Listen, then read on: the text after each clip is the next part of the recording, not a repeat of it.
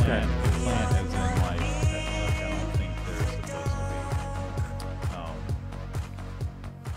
be. Most definitely. If there's An industry plant is almost like, from what I understand, is supposed to be. It's almost like they're not even a real fucking. It's like a character. Okay, but let's see. And I mean, I know what you mean, but I feel like that's normally like a lobbyist. So okay, here if I just look it up, a derogatory term used to describe a musician becomes a pejorative term to describe me. So here's talking about music, but you're speaking outside. No, I'm of the talking realm of about more or music. less like music. Music. Oh, in the you terms of okay? music. Okay. Yeah. Okay. Then let's keep So going. yeah. Or so you can go and say, oh, I get what you're saying. So some artists who have been accused of being industry plants, I would say before these, I'm gonna say mine would be Limp Bizkit was an industry plant, arguably. Okay. So I was gonna say that right now I believe somebody. And again, what would you even say that the industry plant is? What's the definition? Okay, sorry. So in the realm of the music industry, a derogatory term used to describe a musician who becomes popular through nepotism, wealth, or connections in the music industry rather than on their own merits. So basically, it's like you see someone, it's like how they get famous. It's almost like they've been given promotion and you're seeing exposure to them that you don't know why. Maybe they're just showing up on commercials, late night shows, to eventually everyone just thinks they're good, and then they start listening to them. But they didn't actually get there through their own efforts. You would think. And I don't know if you've heard of this person and if there's already even any talk out there about this. I haven't looked it up or anything, but have you heard or seen this chick named JoJo Siwa? Have you seen Siwa? JoJoSiwa? Yep. So this is the new plant. God, I believe she has to be. Look at like. Just type. I'm sorry. I'm not gonna say. I wish much. Chris was here because he would be like, she's checking the boxes for the algorithm. Oh yeah, when he's not wrong, and I'm the one who even came up with that, with the algorithm thing, because it was like, and the whole reason I brought that up, I brought it up was because it was because of Pete Davidson. Pete Davidson, I was saying that the reason that women date him, people were like, well, why are women dating Pete Davidson? I'm like, it's the algorithm. They're like, what do you mean? I'm like, well, if any girl is seen out with Pete Davidson, every time Pete Davidson goes out with a chick, they get tweeted about. They're tweeted about it. Yeah. And I'm like, so going out with him. It's like a publicist move. Exactly. And I'm like, so it's a part of he's a part of the algorithm. When did you even hear about her? So I heard about her because of, I'm on Instagram and I see random stuff, and there's people that make fun of random people on there.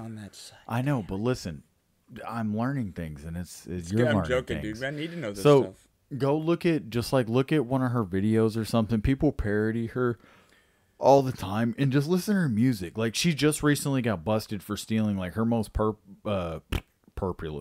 most popular song. Her most purple face. Her most popular song is like they've already come out and said that and they've shown like where she stole it from, and it was like not a song that was written long ago that she stole. Like an artist released it. And of course, myself, and I, being, albeit just a non-professional musician, who likes writing their own songs. Of course, I can recognize every song and chord progression under the sun has been created and used. And of course, there are scenarios where something seems just blatantly copy, where it's just like, okay, the rhythm, the time signature, the use, the everything. So is this one of those situations? Yes. Okay. So which one am I clicking on here? You don't have to. Okay, so click on Karma. I think it's an awful song. I think it's an awful song. And this is a song that apparently, as far as I understand, allegedly she's stolen. But to me, this is awful, and I don't understand how she's even like people listen to this, and her. I mean, I don't know, man. I did this in Lil Nas X. I think she's lesbian too. It looks like she's trying to do a tattoo. Trying to thing she said, and she doesn't like.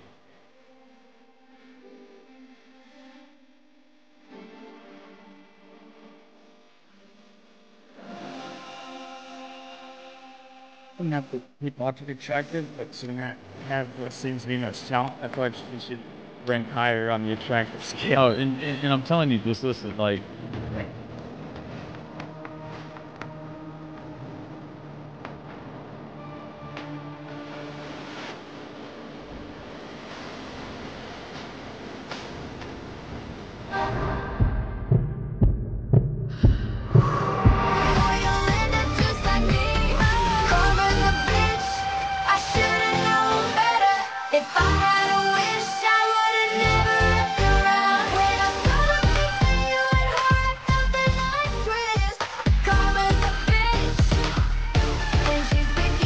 But okay, so here's the thing is that it's like this chick. Okay, so go back. So look up Karma original or whatever. But I was gonna say there's other videos of this girl like talking and shit, and you hear it's like I just feel like it's one of those.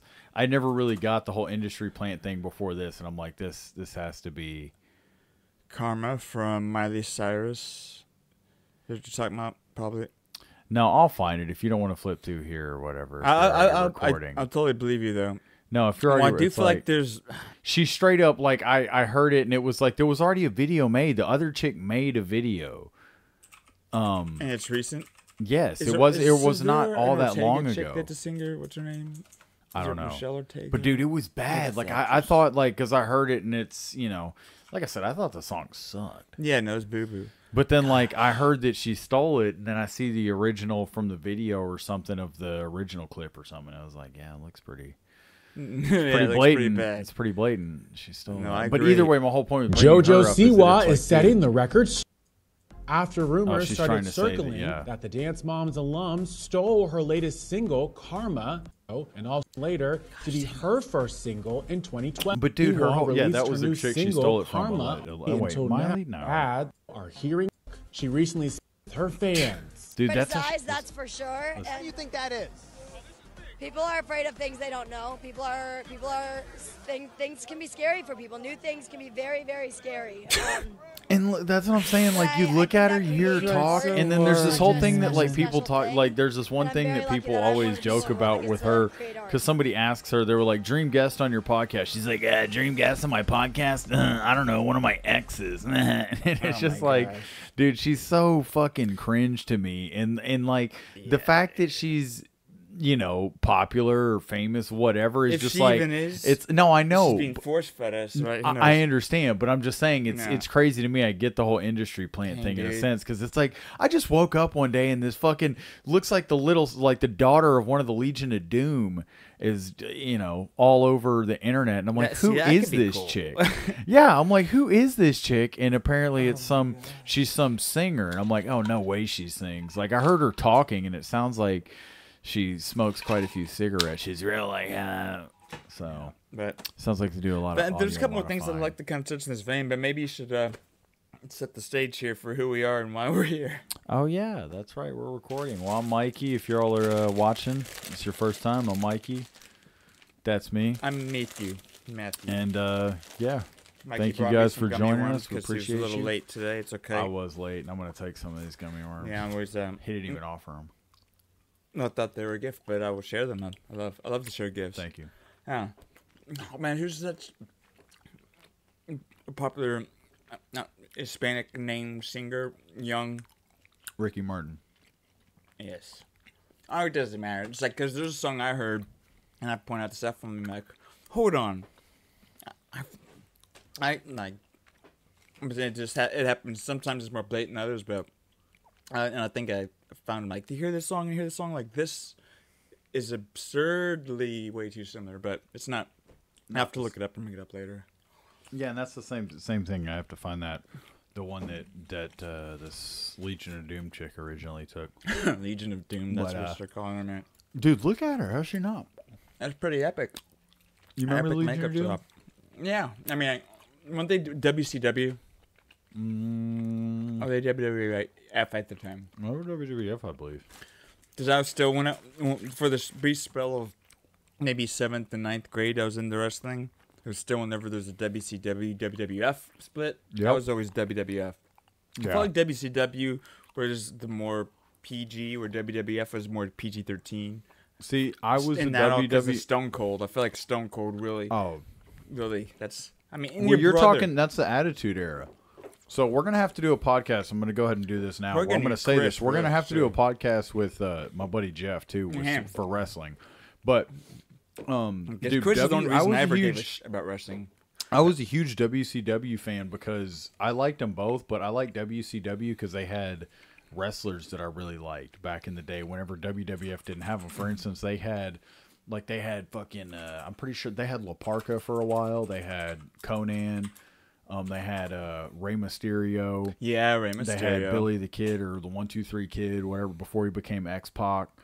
Yeah, dude, and it's crazy. It's like, dude, they had so many. They had the Steiner brothers. They had the Booker T was WCW. See that? Like they had so many. The Big Show, who was back in the day, he was maybe started WCW. The Giant. WWF. Yeah, exactly. He became Big Show WWF. He became Big Show, but he was the Giant in WCW. But it's like WCW had all these like great wrestlers that I love watching, but.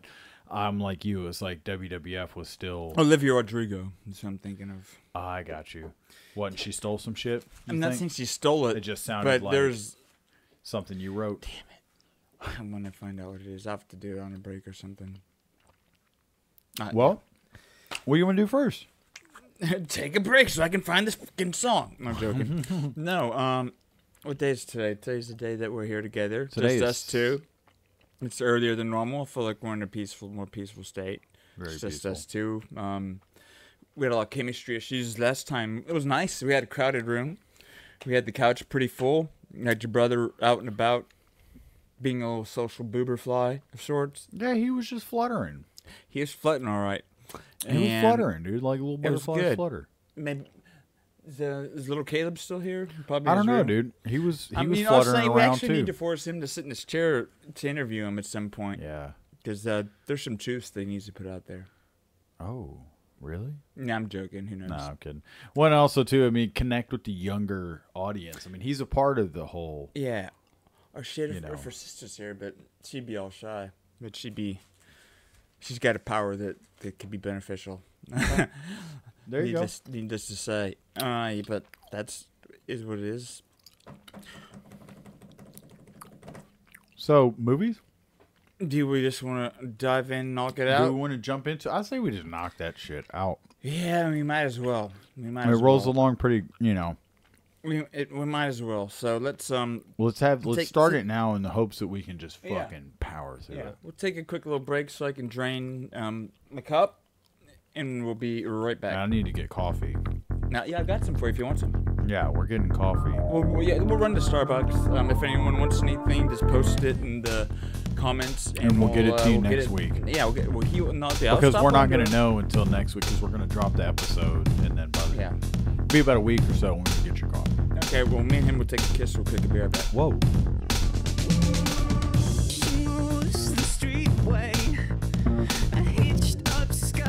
A symptom of the heat wave. We're getting this, and we're back. We're getting the stream pulled up. We're watching rolling back on the tape. And before we get going real quick, if you check out last week's episode where Mikey loses the thought he wanted to have, he immediately said that I said something and you forgot it. I went back and watched the tape. I feel like you kind of lost it on your own. No, I never lose anything on my own. This is an other allegation. Than your keys, and then you tell me what else. But yeah, now you have a point there, but you more than certainly made me lose it. Absolutely. Do I need to pull the tape again right now? You make a little. Hang on, since we've wasted so much time because in that little break that we took, we've been watching the Stars and the Golden Knights game. Okay. And the Golden Knights tied that game break up. As long as we were just gone. Okay. Because you make it sound like that's the effect it's going to have. No, it was no, I know. But during our little break, we were watching that game. And why don't we just bookmark that for later and you can show me the tape later. And I can be like, right there, that's where I lost it. And it's sometimes it doesn't have to be anything you say. It's the way you look at me sometimes. Why do I have to be right? Sometimes you don't have to be right. You're not right. Why do I feel like no? You're probably not right. And this is what my wife tells me too. It's like he's like this is like yes. It's called gaslighting, dude. No, Mikey. I almost want to get her in here today because I was talking about gaslighting her earlier today. Dude, don't. But I was saying that she needs to like me though. And I said I joke around so much. And I'm so seriously not serious all the time. Oh, my God. I would have to go over a transition of that not being a part of my personality in order to effectively gaslight her, or else come up with a very creative way to do it in spite of I'm talking as half the time. No, I know, man. And I mean... And it's going to involve a third party. Matt, dude, So here's the I thing. Need you. If she comes in here and it's like, I need you to help me gaslight. No, that's exactly right. You need me in the sense that you need your wife to like me, and she doesn't not like me. I mean, we're okay. She's not like, oh God, Mikey's coming over. Dude, she as loves far as you. I know. Okay, exactly. She loves you. So we need to not have it be like, fuck Mikey. You know what I mean? So that's yeah. what I mean. It's not gonna have anything to do with you. It's gonna have to do with like us. Oh, you just want to awkwardly put me in the middle and just have me. Okay. No, I'm just gonna need. I'm here for it. I'm here for entertainment value. Oh, your point of view. I'm just gonna be like, yep. So where it's like, no, but I'll be creative to help you out with it. Or more be like, he's like, we'll make it look legit. Yeah, because it can't just be like, I said this and you come and agree. It'd have to be like, I said something, the next time you say, you make the same observation on your own. This sounds like how they come up with selling, like how the wrestlers behind all right, brother, someone start out, I'm going to throw you off for ropes, I'm going to hit you with the back elbow. Stories, you got to have the long play. Oh my God, this is hilarious. I'm telling you, buddy. You're like, you set me up for the sell right here. Oh it takes a good friend to get yeah, one man can get a lot done, but two working with the same mind. You're like, look, you're not doing anything in the production of this podcast. You're gonna help me manipulate my wife. Me of that, he's like, you're gonna. Right. He's right. You need to help. Actually, me I can demand. It's like, Mikey, you know what? Could you go to the store for me and get this? Dude, it's funny saying because, well, Kate, my wife. Well, because for a little while there, Caleb, who lives with us, my nephew, didn't have a job and wasn't able to pay. Yeah, he didn't have a job for a while either. Back in the day, funny story. I guess that a lot of us for a period of time. So for like, especially whenever for like a month when he wasn't able to pay us rent or something like on time, we'd ask him to do the dishes every day. Something simple, right? And he couldn't even do that. No, and like he was pretty good, But for me, once he started paying rent again, in my mind, it's not his job to do our dishes. Yeah. But I guess, for Stephanie, that responsibility carried over in her mind to where I think she still kind of expects him to. And he doesn't really on his own, but she'll ask him to. And of course, if she asks him to, he'll do it. But I'm kind of saying, if I were him, and even me being me, the guy he's paying rent to, since he's paying this, I don't think. But I do. Fuck your dishes. But I do want to say, and I'll just put a note of, hey, you don't have to do all the dishes. Just clean your own. If you dirty something, exactly. Clean up after yourself. Don't leave a mountain in your own shit. And that's fair. Yeah, that's just clean up after yourself. That's very fair. But then I was like, okay, but if you really want to keep tasking him, the least I would say, give him something he can't fail, because he always says, and she says this about me, I don't do a great job cleaning dishes. I say, give him laundry. If you mess up doing laundry, then there's serious issues. Here's my thing. Because at least need you throw it in the washer, then throw it in the dryer. What about this? Is something I think would be, and this is something I think would be very easy to do. It's like just sweep. What about sweeping the place? Because it's very hard to determine whose dirt is whose dirt. It's all dirt, and it's all. Days recently, he actually vacuumed the living room and tidied up a little bit, but I don't think she even recognized it. And it's I like said, sweeping. No, he tidied up a bit. He did. I'm like. It all over the place like normally is. Even if things are contained in if it's a contained mess that's seemingly organized, it's better than just like complete disorganization. Yeah, absolutely. Love you, everybody. So there's that. So before we get movies real quick, I forgot we're even doing a podcast right now. I just heard you talking about that and I got zoned out, man. I wish I'm alive, dude, because I tell you what, man, I've been living it, brother. Yeah. I don't know about you. I've told you about my summation. My 2 words, one of my 2-word summarization of what life is. And it's not like it's some insightful revelation, but it's just managing existence. Maximizing it as well. That's a Matthew thing as well that I would like to patent or trademark. Is life, but maximizing existence, it's exactly what it sounds like. And you're getting the most and out that of is it. something that Matthew is a professional in maximizing existence. The way he does all kinds of random things. I mean, there's all kinds of little things he does that maximize his existence. And along with the book I came up with whenever I was eating mushrooms many, many years ago, it's a book that I've had on mind for probably decades now that was sober-minded. And it's stupid, but I just almost want to life tips with pits. Just life tips with pits. Just cheesy, but just all these little things they do, like when you get in this. I know a buddy in Denton started doing this because he lived with me. Whenever I'd make frozen pizza, instead of dirtying a plate, I just take that pizza box and cut it open and use the cardboard as a plate. Why not? The inside of it is perfect. And then I'm done, and it's trash, and you're done. And it's trash. And what'd you have to clean up? Nothing at all. Yeah. Yeah, simple things like that, And that is maximizing existence. It's a simple example of maximizing existence, you know? It's not that big of a deal. And a lot of people after hearing that will realize how much they maximize existence. Take that and break it down and expand that to your entire life. Yeah, like you, I'm sure you're maximizing it in ways I've never dreamed of. You see my mustache? You see I'm maximizing the facial landscape? And whether people believe it or not, my little soul patch is actually a little smaller. And I was on the cusp. His outlasted mine. Mine couldn't last. I was on the cusp of going straight mustache today, and I stopped myself because I thought there's a chance Mikey is doing that because obviously we made jokes about him having the same thing as me, and in the end game possibly would have been mustache anyway, or maybe it was undecided. That helped make a decision. Oh, dude, that was my whole route the whole time. But the soul patch was a stop along the way. It was it was worthwhile stop. It's like a national landmark thing. Yeah, dude, I was like I'm glad you didn't because I was about to. I was like, if I pulled up over here and you didn't have a soul patch, I was just gonna look at you and be like, get a Sharpie. One of us is getting a Sharpie. And no, we're flipping a coin and one of us is losing the stash. Oh. Well, I'm glad that didn't happen because I like my stash. You know what? I feel like you could put up a picture of me like right now. We should take a picture maybe of like the way I look from the front. And what's his name from Me, Myself, and Irene? Jim Carrey. Jimeth? I feel like it's similar.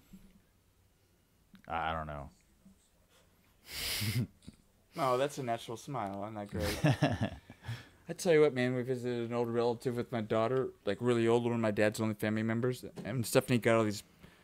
I'm like the picture guy with Sela. Like if you happen to see, like I have a shared photo album on Google. A lot of people like it's already got thousands of pictures. It's ridiculous. So I'm cool. Like that's like I'm obsessed about documenting her existence. So I never have pictures of me with her. Rarely. I might take a selfie here and there, but if you look through them, because I think I remember Ashley saying something in December, like his sister-in-law, I guess, was sharing pictures with her mother, the sister-in-law's mother, and she'd be like, "Oh, she's like, where's Matt? Like, who's taking pictures?" She's like, "Oh, Matt, the father." She's like, "Oh, I want to see him," or whatever, just because. Yeah. And I'm fine with that because I don't care to be in the pictures, but it's just funny that when someone notices that and then cares to see me, I think I'm in love with her mother-in-law, and I'm thinking I'd like to marry her if the worst happens here. Well, let's get into it. Let's get into this movie list because it's in our entertainment stuff, and I don't want to stop. Shogun ended. Oh yeah, can we just tell me how you felt about that ending? I will sum it up as quickly as I can with the ending, and as concisely as poetically. I will use the very best of my do a haiku, linguistic. Do a poem like they were doing on the show. Oh, you want me to do a poem? Do you know how to do? I know haikus. I don't know the rules well enough to do one. I don't necessarily. Hang on, don't. You just asked me to do. I'm not trying to look up rules. Okay. I'm not trying to. I can't. Yeah, you're right. I don't know if I have to. I don't know what poem. Haiku is. Good. Necessarily. Then take 10 seconds. Clear your mind. Let me know. From the distance, what seemed to be a great mountain, upon closer inspection, 'twas but a pile of shit. I didn't see. I thought you were gonna carry it through the kind of romantic, lovely. Yeah, well, I set it up the whole way to make you think I was, and then I was just like, "Bow." There it is. I wasn't but happy then a sense with of the American ending, realism you poetry. Hated it.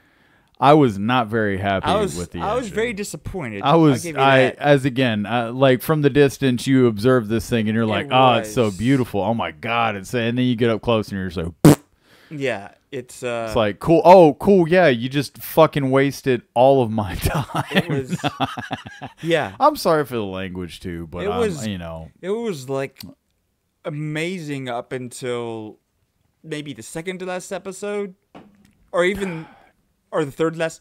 Not the last episode. Oh my god! If it was the one before that, maybe. Yeah, I don't. It was just. I would say the last 3 episodes were just because there was things that happened and characters I didn't like in there that were like, or that I liked in there, that things happened to them, and I'm like, what the fuck? What are we doing? And then I was like, okay. And then I was like, okay. I was like, okay, this is all going to be worth it, and this is gonna. I see the ending now, and then I see it, and then it's just like, oh, that's it, huh? I'm gonna say this. It's, spoiler alert, whatever. We scored. Dallas Stars scored 2-1. Let's go! High five, baby! Huge. We just started the third period. This is Game 7 of the first round against Vegas Knights, where we were like number 1 in our conference. We should have smoked them. So up 2, and this is big. A score. But yeah, like, so it's like it was old dudes, a gamble that she would have to die. I think he went there sending her to potentially have to die. Luckily, she didn't. Maybe he thought, hey, why?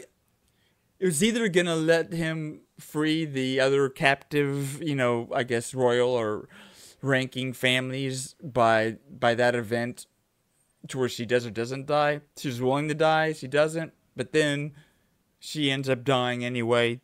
Because she gets blown up when she could have not died there. Absolutely, yeah. And if she didn't die, I'd like to think it would have not made a difference. Yeah. Like, she could have lived, and I think everything else played out the same. I know. So that is that annoying. Yeah. And then at the very end, they decided to implement, I guess, white main guy, him as an old man remembering like where he got a cross or something. Those couple scenes. Oh yeah, and it's like that was what Chris said. That's what Chris said. Chris was like, had that just interspersed somewhere. And that's what Chris said. Chris was like, oh, so yeah, they're gonna show something. He was like, because that was showing him as an old man with a cross laying down.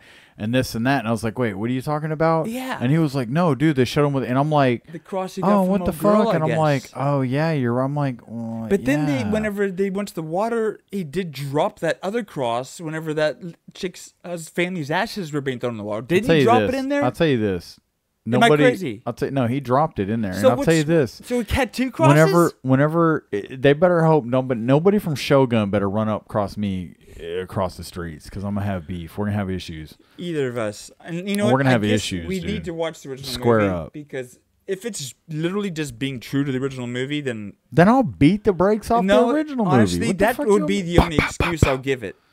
But you drugged me on for how many weeks did I watch this shit? 9 weeks, dude. 10 weeks. I had so much more high hopes. I had so much more high hopes too. I was just like, spoiler alert, guys. Some of this has already been spoiler alert, but I'm sorry, but the biggest, mine, and also I believe I'd like to speak for Chris as well. I give you permission. Thank you. I just spoke to him, and he said there's a chance Mikey might speak on my behalf. I give you power of attorney to recognize it. So,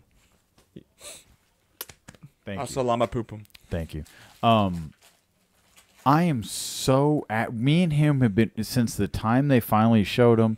We just could not wait. We're just like, oh god! And then finally they showed it, and it's like the canon.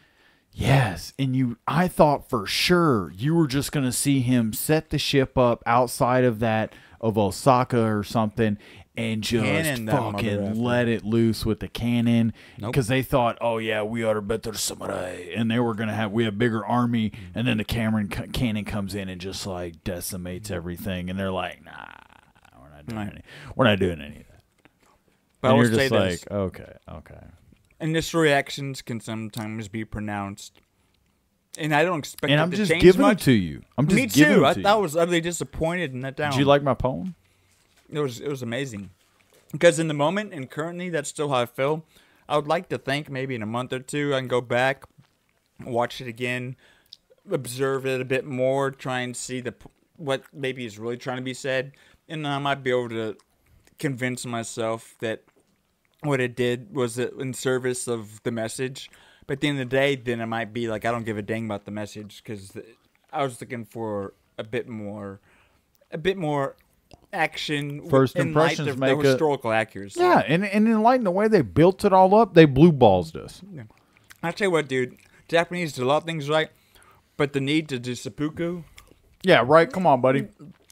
Being like that. So what? You didn't give me $20. You ain't got to go spill your guts at sunrise. Like, I think I could convince you of something as earnestly as possible without my death being, oh, well, he meant it. I mean, he kills himself. You're like, son of a bitch, he wasn't lying. Look at that. Like, he really did it. it. Not that he's not even lying, but okay, he really believes in what he's saying. I would believe you if you said, hey, dude, believe me, this is what you should do. You can convince me. It's not like, oh, I need you to disembowel yourself, and then I'll think it's that worthy of a cause. So you're telling me that there's a way in which I could potentially convince you that Mothman with Richard Gere is a good movie? Huh? This is a good, pertinent, relevant example, because that might be the only way. You're like, you know what? You know what? I see why they did it now. And now you got to be willing to kill. I'll second you. All right, let's get into this movie. Okay, yeah. We're gonna just blow through this as fast as we can. We are in 2008. 2008 is a movie. And here, should we start dressing like the years of the movie? No, I'm kidding. Yeah, we should. I don't have anything like that. I am right now. This started in 2008. This is a year in which movies such as these came out.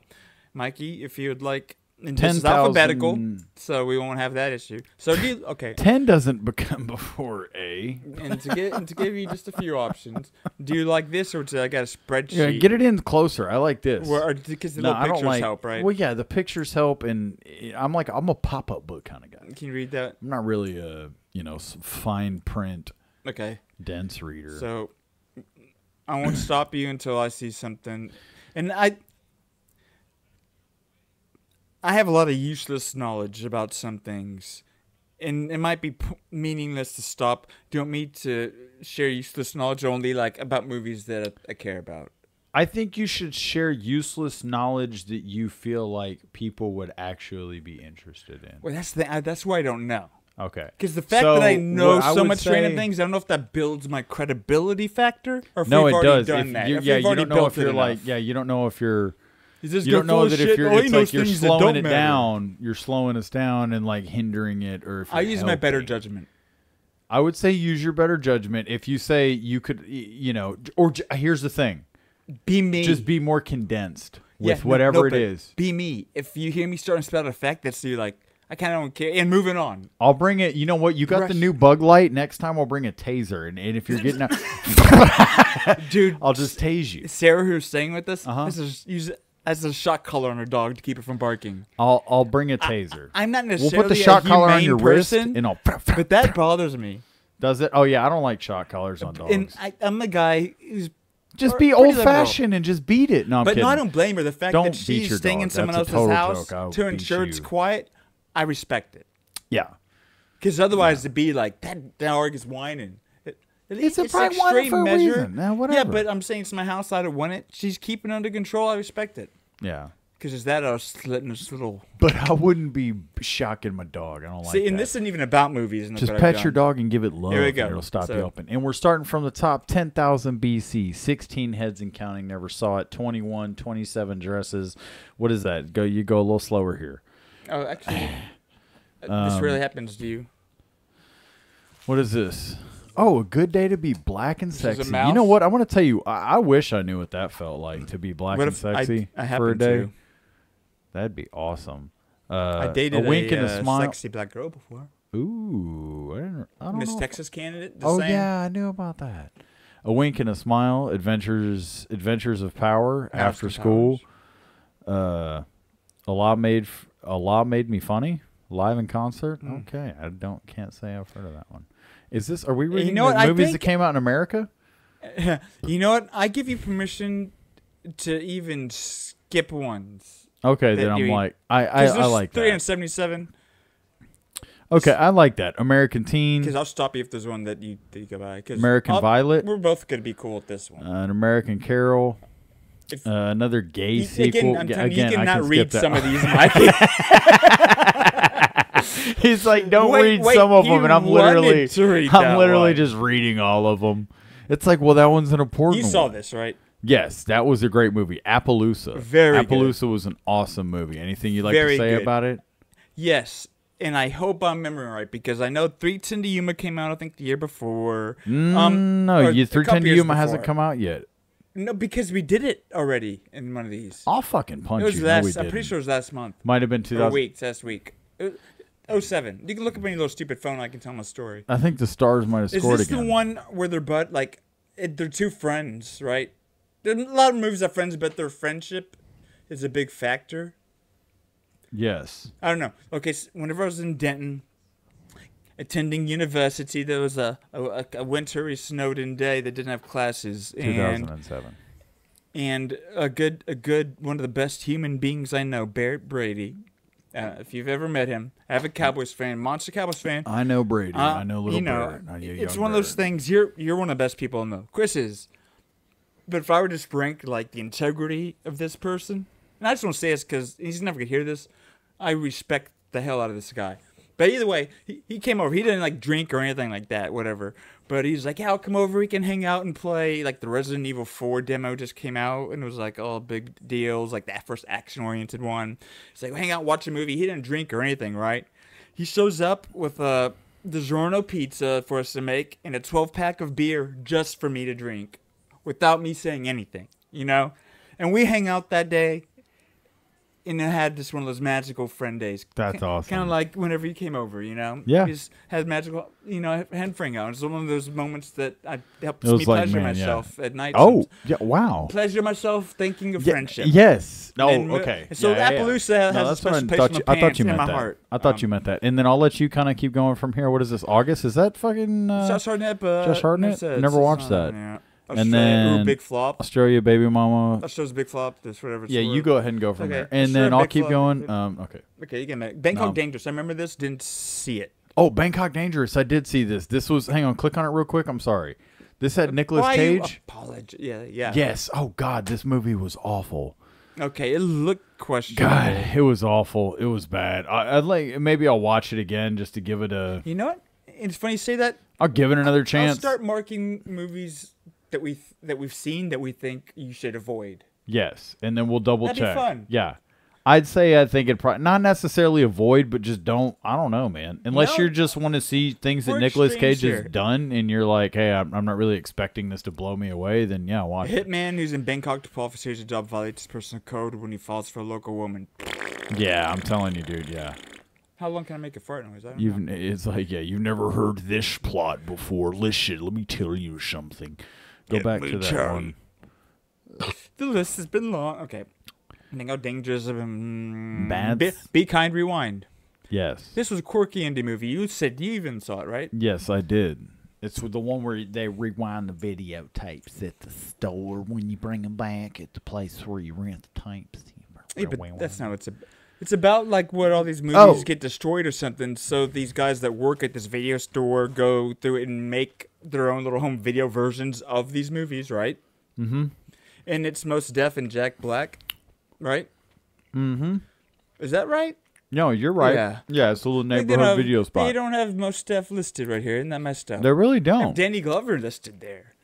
Oh, maybe they're that racist. They mistook it the two. Was Mos Def's name? Is this Mos Def's name? You know what? Son of a bitch! I just learned his name. Did you know that? Mos Def's real name? Yeah. Should we out him like this? I knew it. What is it? No, I didn't know it. Go ahead. Yassine Bey. I'm guessing it's Yasiinbey. Yassine Bey. Mos Def. Sorry, buddy. Hope we didn't blow your cover. Moving on. Beverly Hills Chihuahua. I hear it was cute. That's all I know. Bigger, Stronger, Faster. That was one about steroids, I think. That was actually a decent documentary. That was a popular and somewhat important documentary of its time because it kind of more or less like showed how things were happening, I guess, and how people were getting these things, and yeah, just kind of putting a shining spotlight on how the prevalence on how everything is like, yeah, exactly, like it's use, yes. Kids and people use it more. Yep. Yeah. Didn't see that. Body of Lies. I don't think I saw it, but I wanted to. I saw it, and it was good, but, you know. It's Ridley Scott, Leonardo DiCaprio, Russell Crowe, so it's loaded, but it just didn't deliver that well. Yeah, I mean, it wasn't like... I just want to watch it. That's one reason I'm marking it. I didn't see this, but Bonnie and Clyde versus Dracula. Oh, I have to watch that right now. Check that out. Oh, my gosh. Mikey, this B movie is all you. Yeah. What are we looking at here? We're looking at bringing in Godzilla down to size. Oh, no. Okay. No, the B movie he is talking about is a movie that, this is going to be, this is up there for me. And it's the movie Bronson, about a prisoner. He's actually England's most famous prisoner, most expensive prisoner. Based on a real story. Yeah, it's based on a true story of England's most expensive prisoner, Charles Bronson, and Tom Hardy plays Bronson, and he's a guy who actually went in for like a charge of robbing. He went to rob a post office.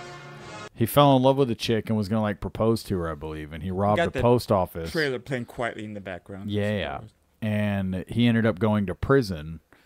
And once he got in, it was a short stint that he went to jail for, prison for. But then he started just like fighting and being disruptive and just constantly getting put in solitary, all kinds of things. And he actually like spent. He kind of enjoyed it to an extent. It was. I don't even know that he enjoyed it. It was more or less that he just couldn't. He couldn't stop. It's like the guy couldn't get out of his own way, and so he ended up I think he would have been in. I think he did get out for a little bit, but then he went right back in. He violated and went back in, and then just stayed in there for years. But it's a fantastic movie, and it was one of the first movies I remember. Or it's like I saw Tom Hardy in it, and I was like, "Oh, this guy's good, dude."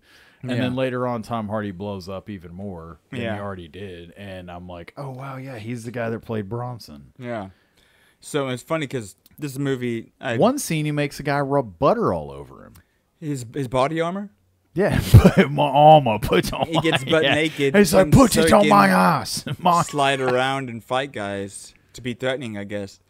But and it's funny because I knew about it. I'd never seen it, and then you see it and talk about how much you like it. I'm like, oh, that's interesting because I knew it'd be an interesting movie. So, you watched it? No, not till many years later. Okay. But the director, that's Nicholas Winding Refn, who's... Dude. You didn't know it was him, but now you're kind of seeing how to connect the dots. Like, okay, this guy's done really cool stuff.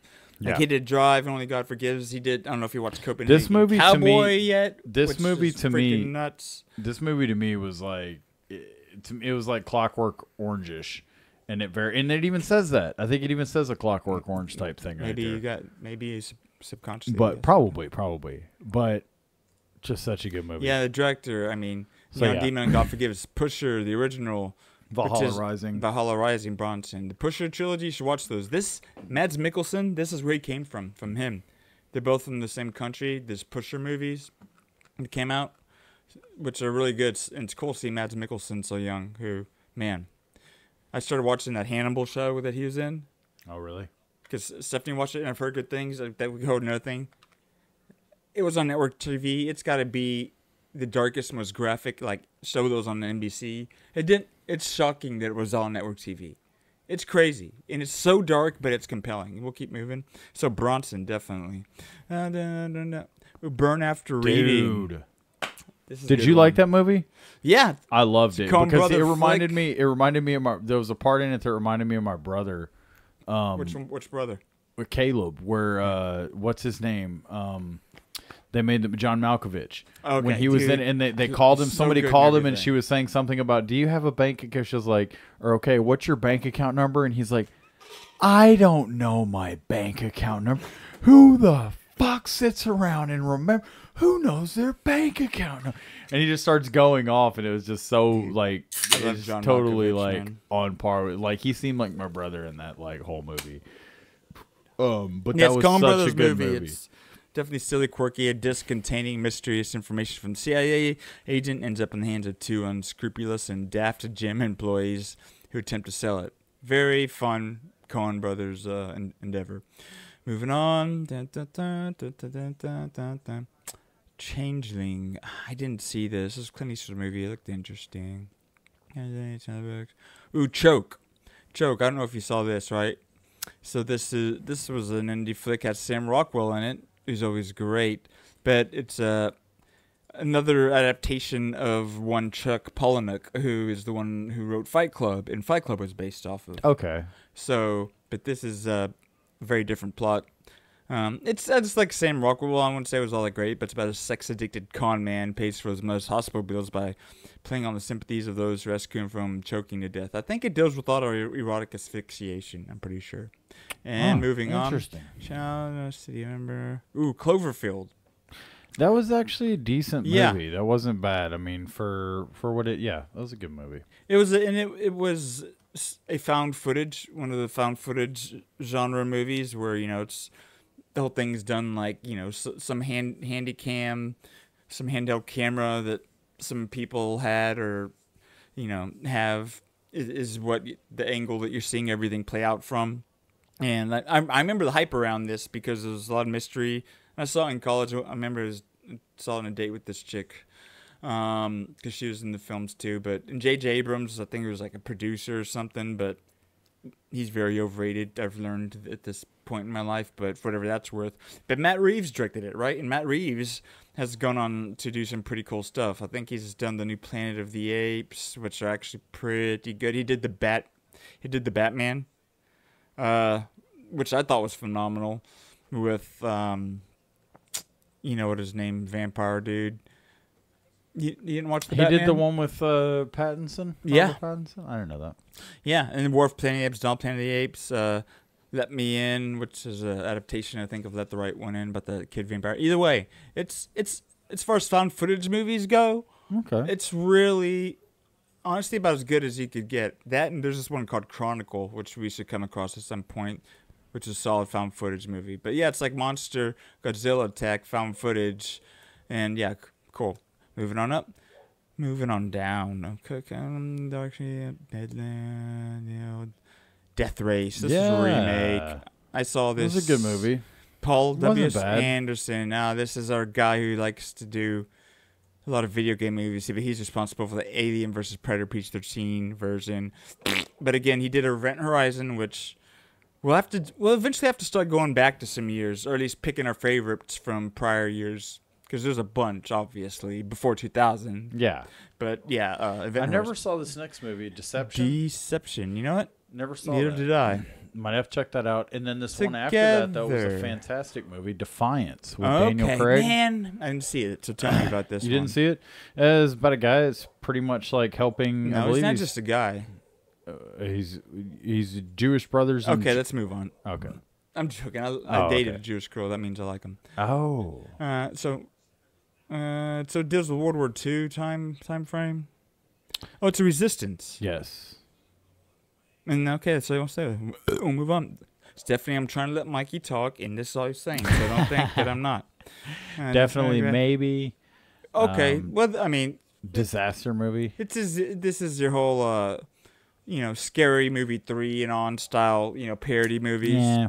I didn't see it, but honestly, I'd like to watch it because those movies will make me laugh. Yeah, anything that makes fun of pop culture. Yeah, it's good. Inevitably, there'll be something in there they hit. Yeah, Doomsday. I remember being a lot. I remember being very pop like. Doomsday wasn't bad. I actually bought it. I have it on. Oh, it's like a Mad Max type thing. It's a post-apocalyptic type of world in a sense. Like it wasn't bad, but. I think it was decent. You weren't expecting more? Okay. I think I was liking more, but it wasn't bad. Okay. Well, didn't see this one, but I think it was somewhat acclaimed. And I just need to go back and watch it. So Doubts. It's a Catholic high school principal questions a priest and business relationships. Kind of has to deal with, the whole priesthood and Boiler Boys. Yeah. But it's got Meryl Streep, Philip Seymour Hoffman, Amy Adams. Gosh, this Philip Seymour Hoffman's so great. All the movies he did were just so dark. He picked some serious roles, man. Really you almost did. wonder if it's like, factored into... It had to have. Yeah. Had to have. It's honestly, like do a happy movie. Go, honestly, about a guy that builds kites or something. A lot of those guys, it would serve them for their agent to be like, look, we know this is your thing, but if you don't want to end up overdosing or killing yourself, we might want to mix in some uplifting thought about movies. Doing a movie about a guy where you feed ducks or something at a park? Like, what's it called? With Ben Stiller and Jennifer Aniston. Mix one of those in there. Now, Along Came Polly. Along Came Polly. Iceman, make it rain. Yeah, have one where you have to get into the character of a happy guy, not a guy who wants to kill himself, who's in millions of dollars in debt. Oh, but here's one I know you're going to like probably. Drillbit Taylor. Mm-hmm. Did you like it? It was okay. It wasn't bad. I wasn't the biggest fan of it. I'm an Owen Wilson sycophant. I'm an Owen Wilson fan. I'm not a sycophant. You can't label me. Don't you fucking label me. Show him this tattoo. Stop. The biggest Owen Wilson tattoo you've ever seen on another person. Stop. Dude. Okay. Moving on. Eagle Eye. Eagle Eye. That was a decent movie. It had Shia LaBeouf about kind of surveillance and stuff. Yeah, it wasn't bad. Keep going. Okay. That was the one thing bothered me about this. I'm just saying is Shia LaBeouf, the chick Michelle Monaghan, who I think they kind of end up. He just seemed way too young for her. Yeah, no, she seemed way older. No doubt. Okay, Ella Jean. Sorry, not trying to throw a low blow at that chick. No, everyone gets old. All of us. Well, I might not. I don't know about me either, but everybody else. Yeah, just so you know, we're reading these, There's but we're just saving you guys time and throwing a bunch of meaningless titles at you by. Yeah, like Fireproof or First Sunday or Fix. Yeah. Yeah. Almost. Because I could rank them by popularity, and the reason to where the top 100 probably would be ones worth mentioning, but at the same time, knowing me, there's probably some that might be in there. Okay, wait, I got to click next, Michael. I swear, man. Where's Potato when you need her? Okay.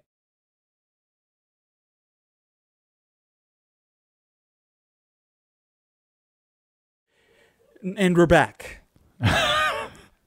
Mikey was. Do you want to tell him what happened, Matt? Mikey was showcasing his ability to navigate our broadcasting software and went to a scene setting in which there are no mics active. And let's see what it was again.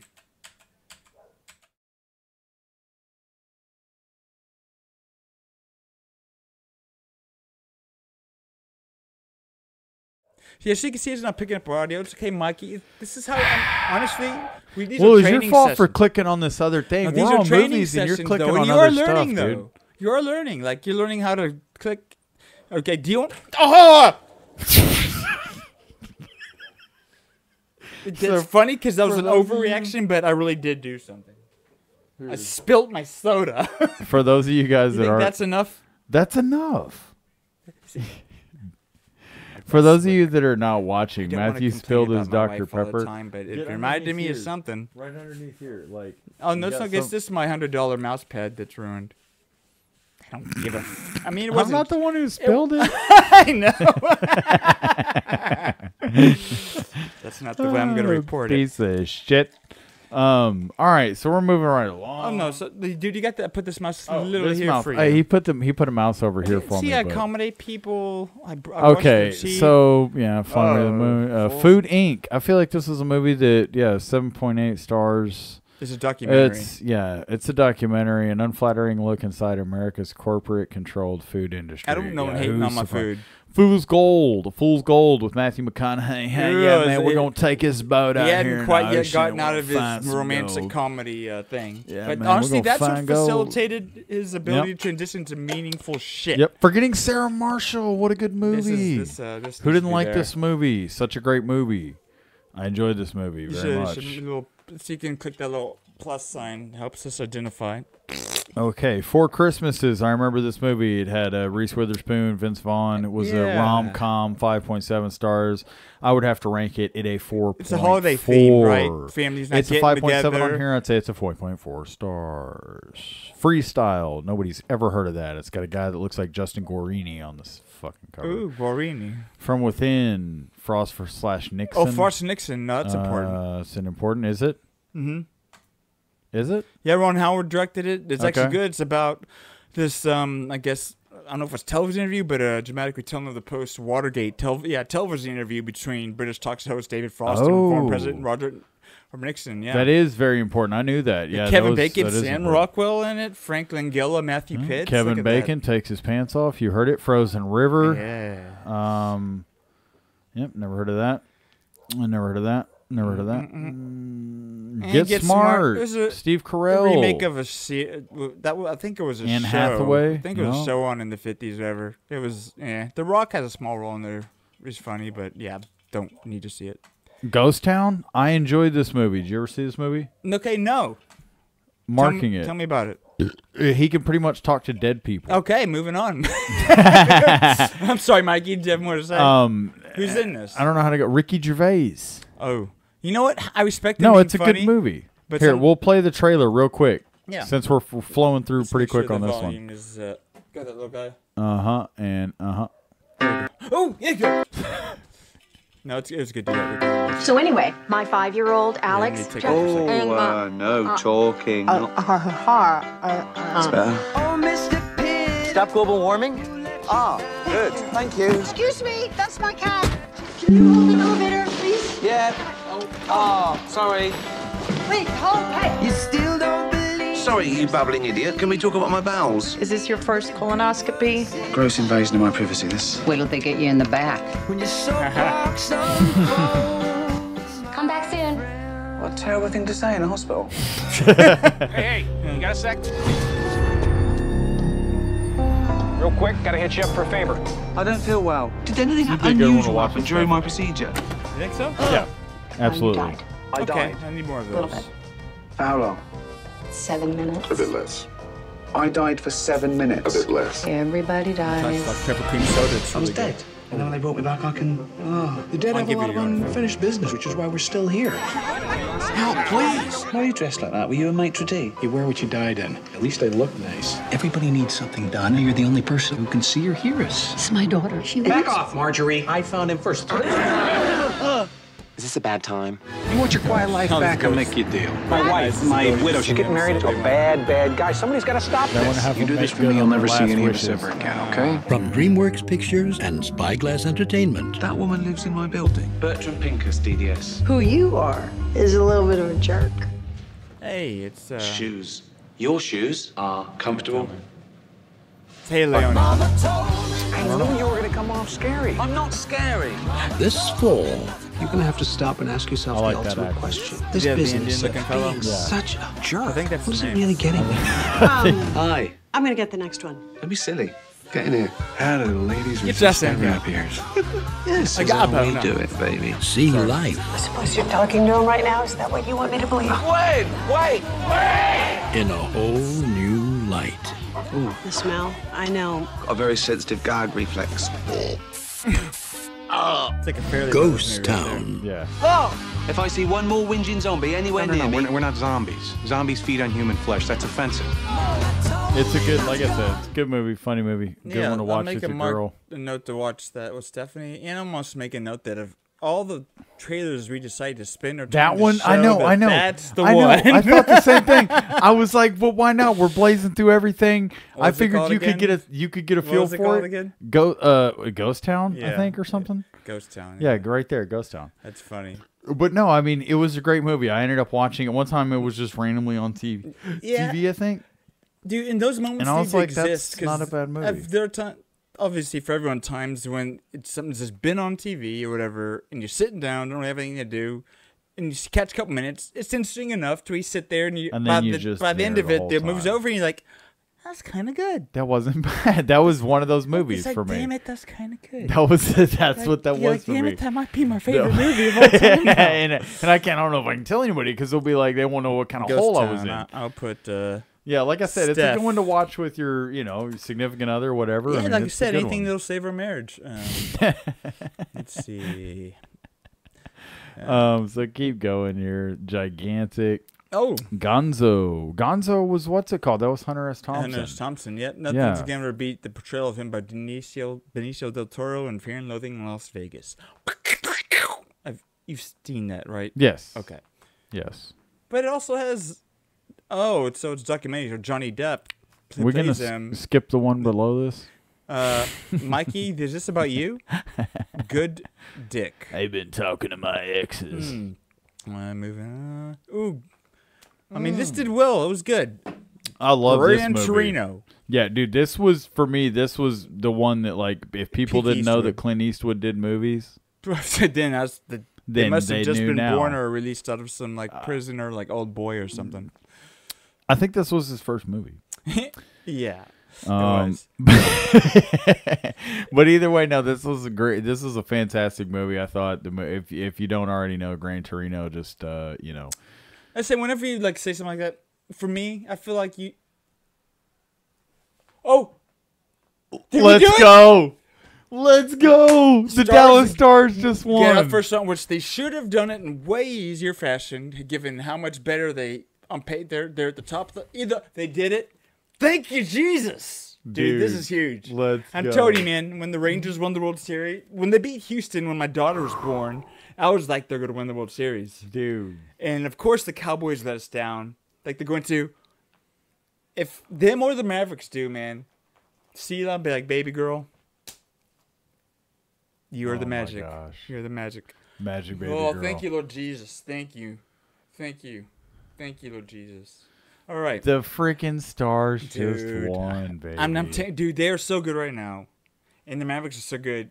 To at least get to the conference finals or the finals is so within the realm of, like, statistical probability. That's insane. Man, that's so cool. That's so cool. Let's just call it. We got to celebrate. Yeah, we got to. Yeah, first of all, we're going to downtown. If it were for me, every time when you say you like a movie, you don't have to read these little short summaries. But if you could just, like, and I just read these little short summaries because a lot of times I have a hard time summarizing things. So just so people know, like, what's Gran Torino about? You go ahead. Okay, I can do that. You go ahead. Gran Torino, after HMONG. Yeah, HMONG. HMONG teenager tries to steal. Some demographic, yeah. Tries to steal his prized 1972 Gran Torino. Disgruntled, prejudiced Korean War veteran seeks to redeem both the boy and himself. So it's kind of like an old racist guy who comes around to not being so when he forms this relationship with this young Asian descent boy. Yeah, he used to shoot people. Yeah. Get off my lawn. Yeah. You know what the main fault I had with this movie? I'm pretty sure at the end as the credits are rolling, there's a song that plays that says the words Gran Torino in it. And I just thought it was incredibly funny. No, there is. So I give it 0 out of 10. Okay. No, but it was good. It might have done well in the award circuit, maybe. Keep going. Okay. Hancock, didn't see it. Yeah, I saw it. It was Will Smith. After Independence Day and Bad Boys, I'd give it a 3.6. They've really made a lot of efforts and taken a lot of swings with him, but he just I love Fresh Prince. A lot of what he's been in isn't that great. It's just I wish it was because I do like him. Now I just think he's crazy because his wife, but who knows the truth and who cares? The sequel. I forgot they made a sequel. Harold and Kumar Escape from Guantanamo Bay. I didn't even see this. Oh, you didn't see Harold and Kumar Escape from Guantanamo Bay? Was it better than the first one? Oh, dude, no, it wasn't better, but it was hilarious, dude. There was so many funny parts in it that you would absolutely love. So it was funnier than the first one. Because we kind of had a whole thing about how funny the first one actually was. There are funny moments, but it's not like it was Grandma's Boy. I would say it would at least be on par with it because I have a scene I think George W. Bush. Yeah, this was you thought you boys was terrorizers. Yeah, I thought y'all was. Yeah, he was. He's in the trailer. Yes, yeah, no. Okay, I'll mark that. Okay, moving on. Hellride. Did I see this? Maybe not. Ooh, Hellboy 2, The Golden Army. it's this worth seeing. Did you see the first Hellboy? Yes. The Guillermo del Toro. Yes. The Golden Army wasn't a bad one either. No. It's and that's just one of those movies I think it's pretty much perfectly cast. You know, Ron Perlman is Hellboy, Selma Blair is Matthew Boy, and Guillermo del Toro is always fun to watch. Moving on. Yeah. High School Musical. They didn't care about any of those.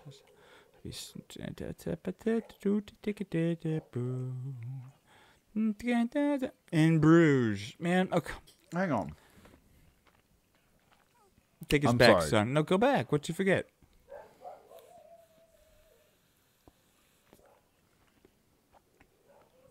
Never mind. Keep going. It's good to be sure. In Bruges, so it's kind of dark comedy, really crime drama. Oh yeah. Starring Colin Farrell, Brendan Gleeson. After a job gone wrong, hitman Ray and his partner await orders from the ruthless boss in Bruges, Belgium, that's placed in the world where he wants to be. Pretty solid flick, but this is we're talking about more so for me because of the director, who has done.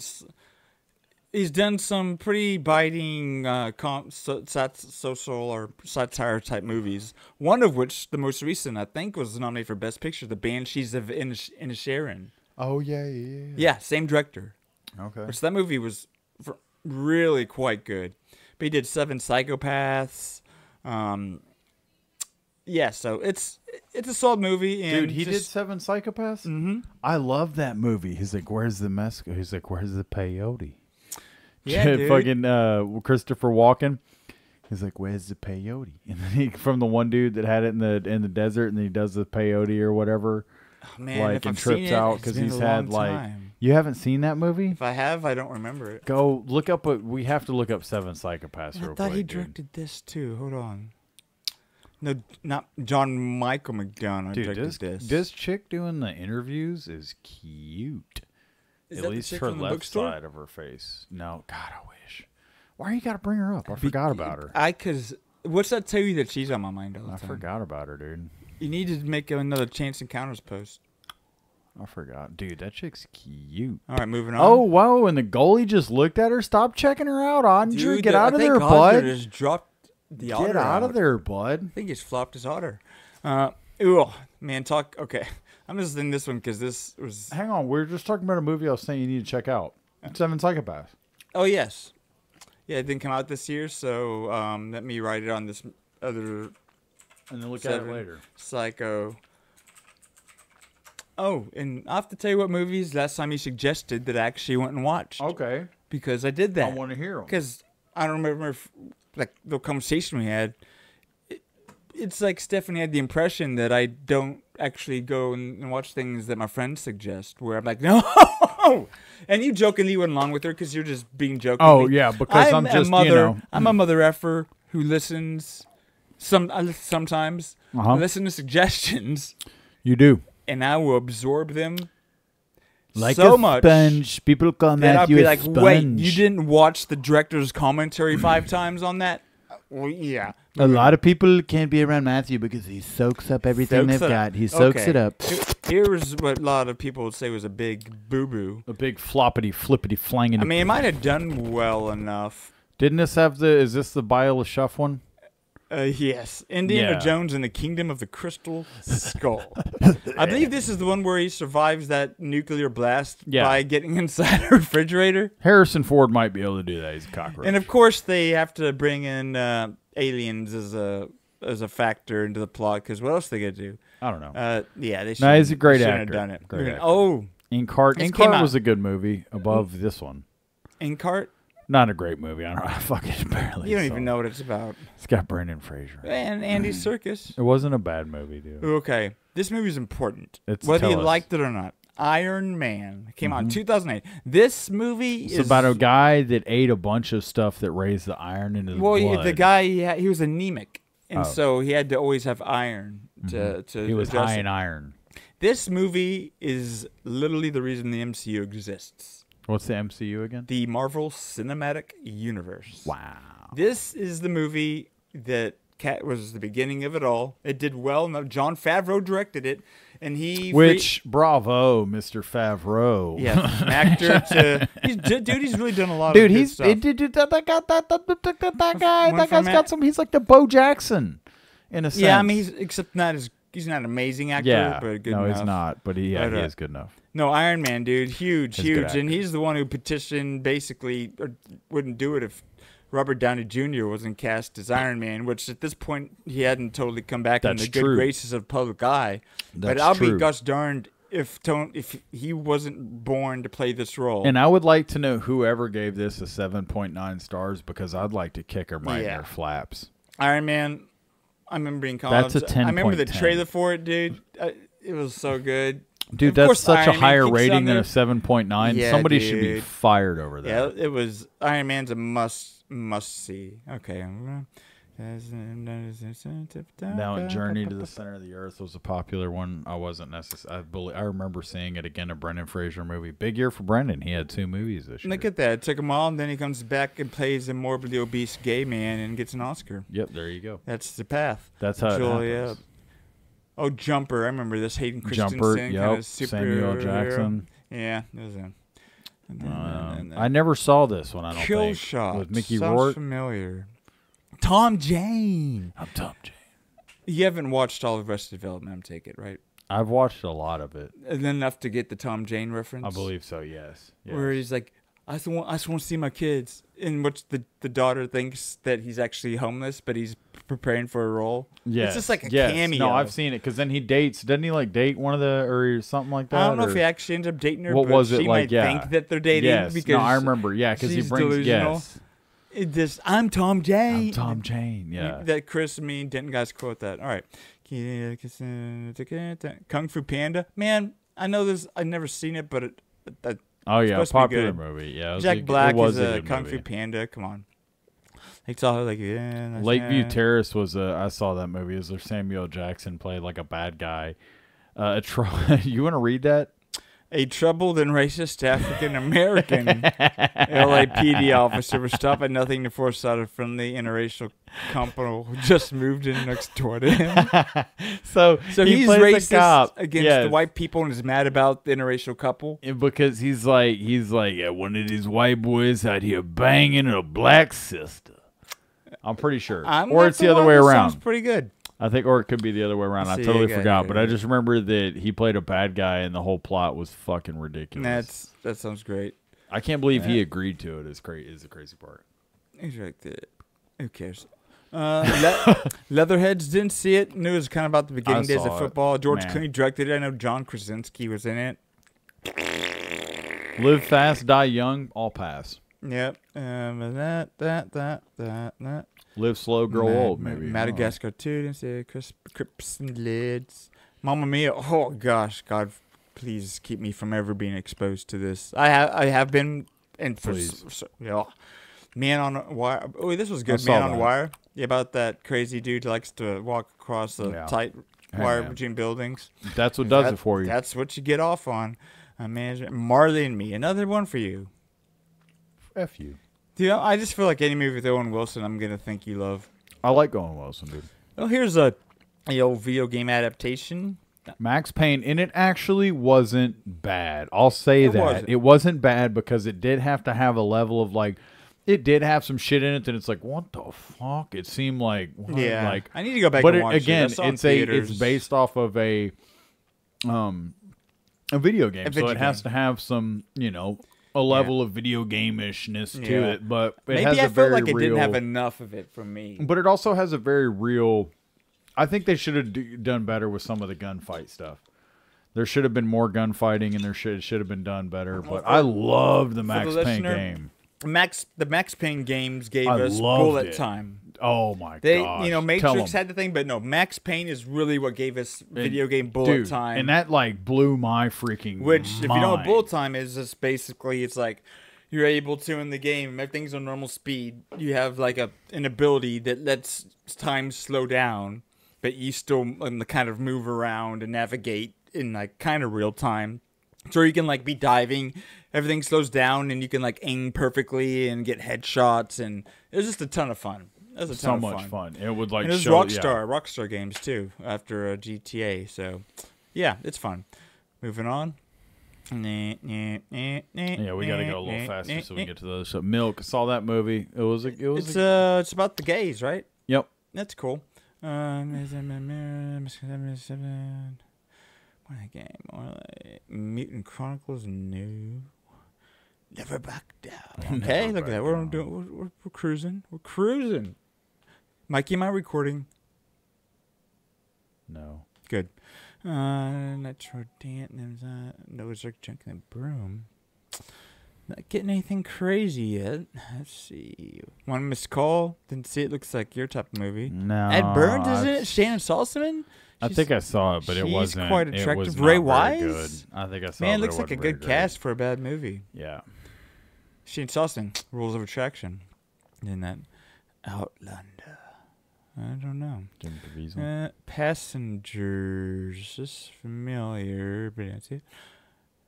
Phoebe and Wonderland. Ooh, okay, this is kind of Pineapple important. Express. That was such a good movie. The entire theater, I went and saw that the day it came out, or technically it came out at midnight. David Gordon Green. I went and saw it at the midnight premiere, and the entire auditorium smelled like weed. What a surprise!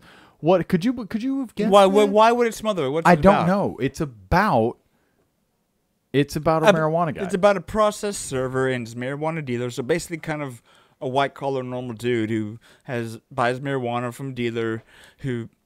The trailers kind of tell you all, but it's one of the dealers who's like, "Hey man, yeah, stick around, smoke a joint for a little bit." James Franco, and he just and Seth Rogen plays the other guy. Danny McBride. This was, I feel like, a coming out, for to Danny the public McBride, eye for him. He's one of the best characters in the movie. Such a good actor. It's kind of a legitimate action movie. It's great. No, it is. Which is great. It's not just a comedy. It's an action comedy. It combines everything, and it's such a good movie. And if you haven't seen Pineapple Express, just because you wrote it off as some stupid stoner movie, that's exactly what it is. But it's not stupid. Yeah. Okay. And you know what? It's not stupid. You're stupid. You're dumb. It's kind of we're not hurting anybody. This is the trailer for the song. Really, I feel like brought this song into the public consciousness. Do you know what she's talking about in the song? Yeah, she's talking about like almost like terroristic activities. Like identity. Yeah. Like get my passports in my name. She's scamming. Talking about scamming. If you catch me at the border, I got visas in my name. If you come around here, I'll make them all day. I get one down in a second if you wait. It is a really good Get song. one down in a second if you wait. It's like, but the way she says it, it's like talking about making you fake IDs and visas, know, dude. and it's like she's a talking about song. scamming. And so now there's these like rappers, these SoundCloud rappers that talk about how they scam or whatever. But it's like they're talking about it in such an obvious, blatant way. But I used to jam this song and think this song was so dope, and I never even paid attention to the fact that it was like she was just talking the whole time about how like she can just scam and like make fake IDs and passports, whatever, or like, visas. I don't remember what country she's from, or if it's like she dealt with the rules. I don't know, but either way, I love that the subject matter of the song. I'd love to hook up with her. I'll know that much. That the subject matter of the song is so like, underworld-ish. It to be popular and people have no idea. No idea. People had no idea. It was totally like a dark net type song almost. It really was, in a sense, because it was like people just like were jamming it. They're like, yeah, and you're like, you had no fucking clue. Just talking about and scamming. after that, no one really cared about her. But she did have the song XOXOXO that I liked a lot. Yeah, she did have she had some other good songs if you sought her out. But either way. Yeah, moving on. Yep. So Pineapple Express, must see that one. Gotta see it. And get stoned if you can. Find your neighbor that has a mullet and a mustache, and he probably has weed. Let's see. Punisher Warzone. Dude. This is the one I like. Yes. This not is the other such one. a good not movie. The Tom Jane one. The Tom Jane one. I'm not going to lie to you. I liked the Tom Jane Maybe that one. was more I liked maybe that was more acting. That was closer this to was that was violent. That was closer to a comic book in a sense. This one was insanely violent. Violent and the thing about it that was awesome is the amount of like realistic gunplay. How he had him changing, he had him reloading a lot, and then not only reloading, but when he ran out of ammo, he would drop and change guns. Pre John Wick. Oh, and he was dropping and changing guns, and the fact that it's only a 5.9. The other guy in it, what was it? Dominic West, I guess. Oh yeah, from The Wire and a bunch of things. He played Jigsaw. They call me Jigsaw. Yeah, dude. And yeah, he was a great bad guy, and that was such a good movie. It was. 5.9 again. Action movies are gonna get. That's just what they're gonna do. Oh, don't tell me, dude. Let me mark that one. You're gonna make it. Dude. No, that was good. That was. And then like, the one right below it. That's the movie right below it. Quantum of Solace gets a 6.5. Dude, somebody's getting kicked in the chops. I mean, dude. For what it's worth, it wasn't as good as Casino Royale. Oh, okay. So you agree with these people? I'm not saying that. I'm saying it wasn't as good as the prior entry, but I'm not gonna lie. A lot of James Bond's plots get mixed up. I couldn't tell. Oh, what? Exactly. You're tired? Are you telling me you're tired of some hot chick hooking up with James Bond and then just dying? Do you know what the extra plot of this is? No.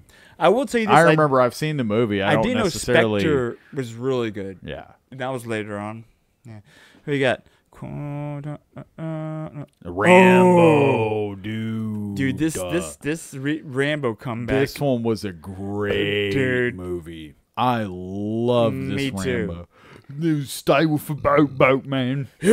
And then Rambo just Burma, right? This really good in Burma, and then he's like ripping people in half with the 50 cal and like stabs that dude, cuts him in half. Movie that we saw at the old Draft House, which was a theater. They had food and beer. Alamo Draft House, such a good dude. Place. This was he's like, you're gonna rape the Dakota 50 times right now. Yeah, dude. Dude, yeah, when he's on that mounted gun on that Jeep, turns it around right in front of the and he just like the dude's sitting in the driver's seat. The dude's in the driver's seat, and he like gets on the gun, kills the dude on the gun, and he's like, and shoots the guy in the driver's seat, and then he starts killing everybody. That was about. That might be the most violent movie. It was so violent. It was very good. It was great. Let's see. Okay, that. Red Belt. Did you ever see Red Belt? Not a terrible movie. It's actually an interesting plot. It wasn't. I didn't necessarily, as a martial arts guy, I was kind of like martial arts. It does, and it's a decent. You should mark it just to watch the trailer later. Okay. Yeah, faithful event leads to a job in the film business for top mixed martial arts instructor Mike Terry, and we'll see if we learn more in the future. Ooh, Repo the Genetic Opera. Man, it was interesting that this movie was made because it's literally what it says. I never saw it. It's literally what it says. It's like a musical of sorts around like a world. It's crazy because that movie, I think it came out after this, Repo Man. About the people who would repossess organs with Jude Law and Forrest Whitaker. Yes. This is like that, but I guess kind of like a musical. A worldwide epidemic encourages a biotech company to launch an organ financing program. It's literally the same plot, but and I'm pretty sure this came out before. But Repo the Genetic Opera, you should check it out. The Revolution, Righteous Kill. Ooh, Rock and Rolla. Guy Ritchie flick. Fantastic. Yeah, man. Such a good movie. It is a good one. Keep going. Ooh, Role Models. Man, I feel like people slept on this. I love Role Models, dude. He's like, you white, you Ben Affleck. That was such a good movie, yeah, dude. Minotaur. Paul Rudd, Sean William Scott. Wild behavior forces a pair of energy drink representatives to enroll in a Big Brother program. Dude, there's some really good moments. Dude, that's such a good movie. It was a good movie. It was quite funny. It had heart. And it had the whole nerds doing with the LARPing, the live action role playing.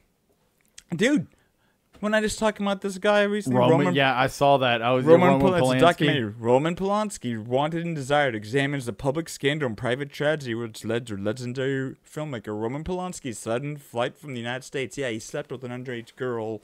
It's crazy. Now every time I hear this guy's name, I'm always just thinking of in the Chris movie. Berman? No, in the movie. What's it called? Once Upon a Time in Hollywood. He's like, man, where he pulled up after he got told from Al Pacino that he was pretty much like, man, you need to go back to cowboy movies or whatever. Oh yeah. And he pulls up at his house and then he sees Roman Polanski pulling up next door and he tells Brad Pitt, he was like, hell man, I got Roman Polanski living next door to me. And he was like, so you feeling better, are you? And he was like, yeah, man. He pretty much realized it was like things could turn around for him. Like he's got like the top producer in all of Hollywood is his next door neighbor. Yeah, you got a creep. And then we got Saw, what is it, Saw 5? Saw 5, I never saw him. Semi-Pro, dude. Did you see this movie? I thought it was hilarious. Dude. Another stepped on. I liked it because it was another R-rated comedy, which I feel like for a while there, Will Ferrell didn't do as much.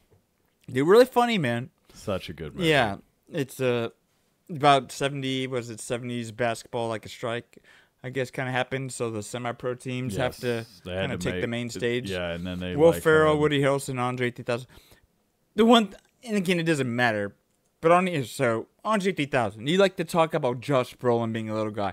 Andre 3000 is not a big guy. He's not. He's not. They have him. Why are you offended, though, that I said Josh Brolin's a little guy? Oh, I'm not offended. Is he the same height as you or something when I said that? He might be taller than me. I don't know. I said that, and you're saying I'm a little guy or something? No, I know I've got a big presence. That's not what I mean. You.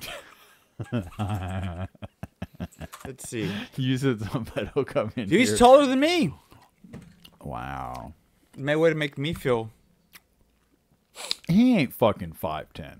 Yeah, there's a good chance he's not. He is there's not. a good chance he's not.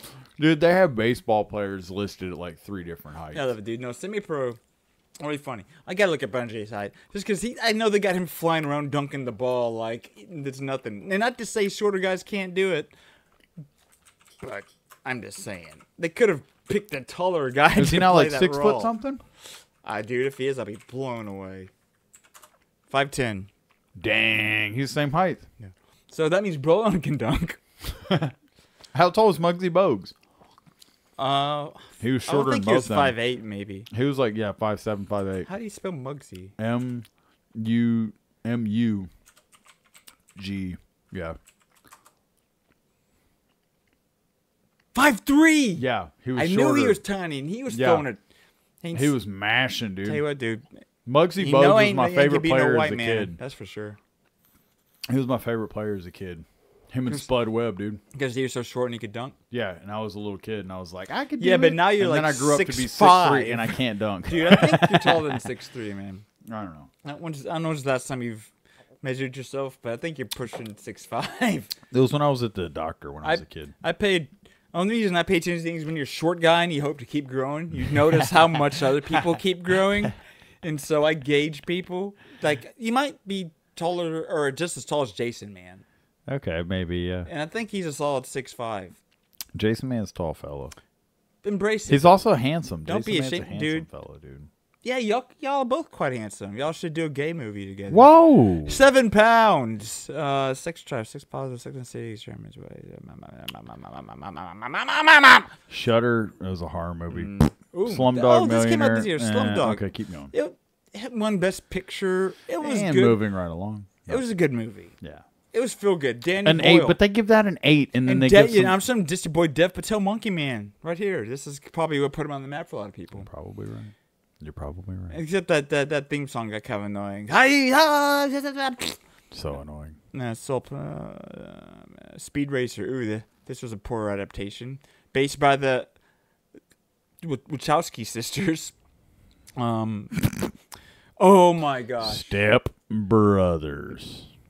This is one of the most important movies in my life. It's such a good movie. Chris could tell you, I used to always have a copy of this DVD in my car. Really? At all times. Are you serious? It might still be in there. That's hilarious. Dude. It really is such a funny movie. Adam McKay, Will Ferrell, John C. Reilly. It's literally about 2 40-year-old stepbrothers. He's like, these bad boys haven't seen a car in almost 2 years. Dude, this was whatever. Adam Scott's coming up by a lot of people, man. Dude, I just love that. He just pulls his shirt up and it's clearly a body double. And his body is like, it looks like they just Crisco'd this dude down, and he's like, fucking, what was he doing? The voice lessons in the back of the car singing. And he's like, I'm not paying $1,200 a voice lesson. They're doing Sweet Child of Mine. Yes, dude. He's like, you to come in here sounding flat like that. Okay, dude, I've got to pull that scene up. I've got to. Which scene?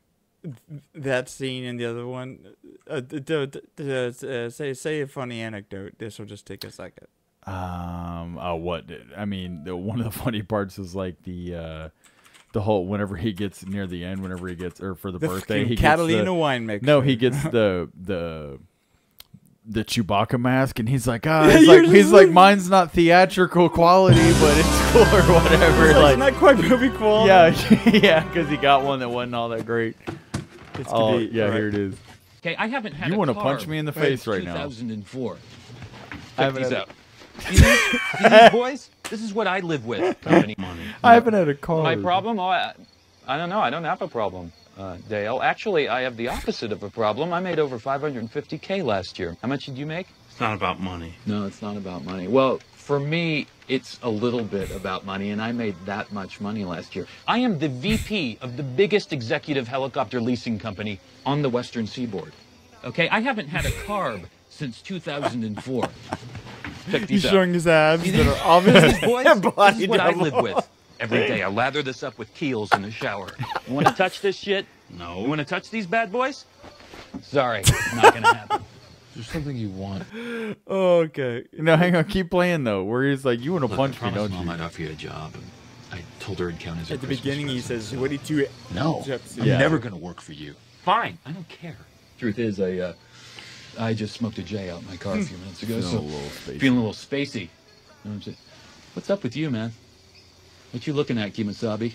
You want to punch me? You want to punch me right now? You want to punch me right now, but you won't. You want to punch me too, Brennan? You guys both look like you might want to hit me in the face. You do, I can tell. Well, why don't you do it? Why don't you punch me in the face? Punch me in the fucking face! And he falls out of it. I just love the fact that what makes it better about him getting punched in the face is that he fell out of a fucking treehouse. It's such like little kid shit where it's like, get out of my clubhouse, like, but they're grown up. Like, that's just the whole little low key, you know what I mean? Yeah. Thanks, Mom. Thanks, like Bobby. the low key, how they're pretty much pointing to how they're children. Oh yeah, dude. It's hilarious. Like, why are you calling him that? Oh, don't. My kids, I'll check out that stock. Yeah, and then the wife falls in love with them. Hi. oh yeah. Is it true that you struck Brennan in the face? Okay, I'll go to the you struck Derek in the face and he fell from the treehouse? Yeah, he asked me to. Oh, it's the most amazing thing I've ever heard. I want you to know that tonight But I'm gonna kick you repeatedly in the balls! Not too fun down there, is it? No! You see, your actions have consequences! When you oppress people! That's the Chewbacca mask part, yeah. There we go. You guys finally came to your senses. You got us something cool. You both know this is completely fucked up, right? Yeah. Of course. But Brennan sure can wear the shit out of that pirate hat. You got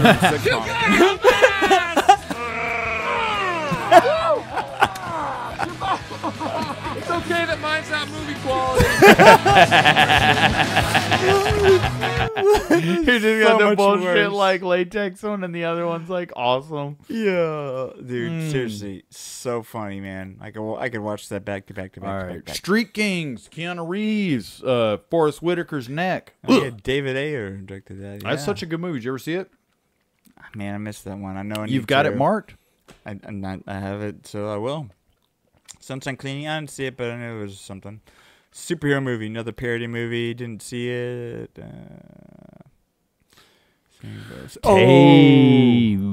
Okay. You probably haven't seen this. Synecdoche, New York. Schenectady?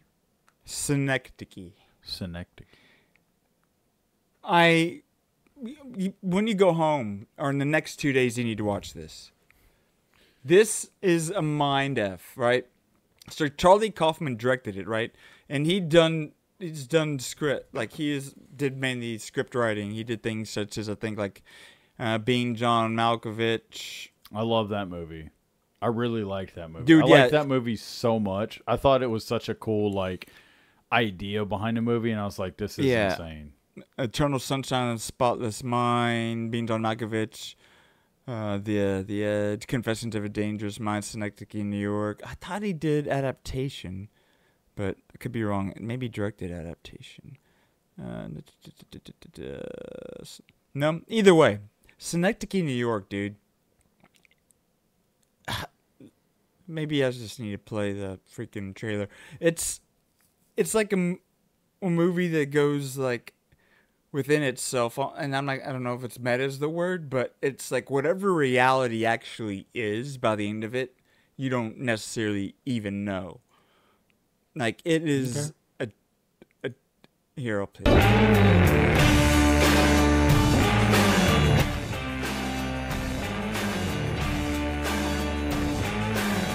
That's adaptation. This one cuts in with the mirrors.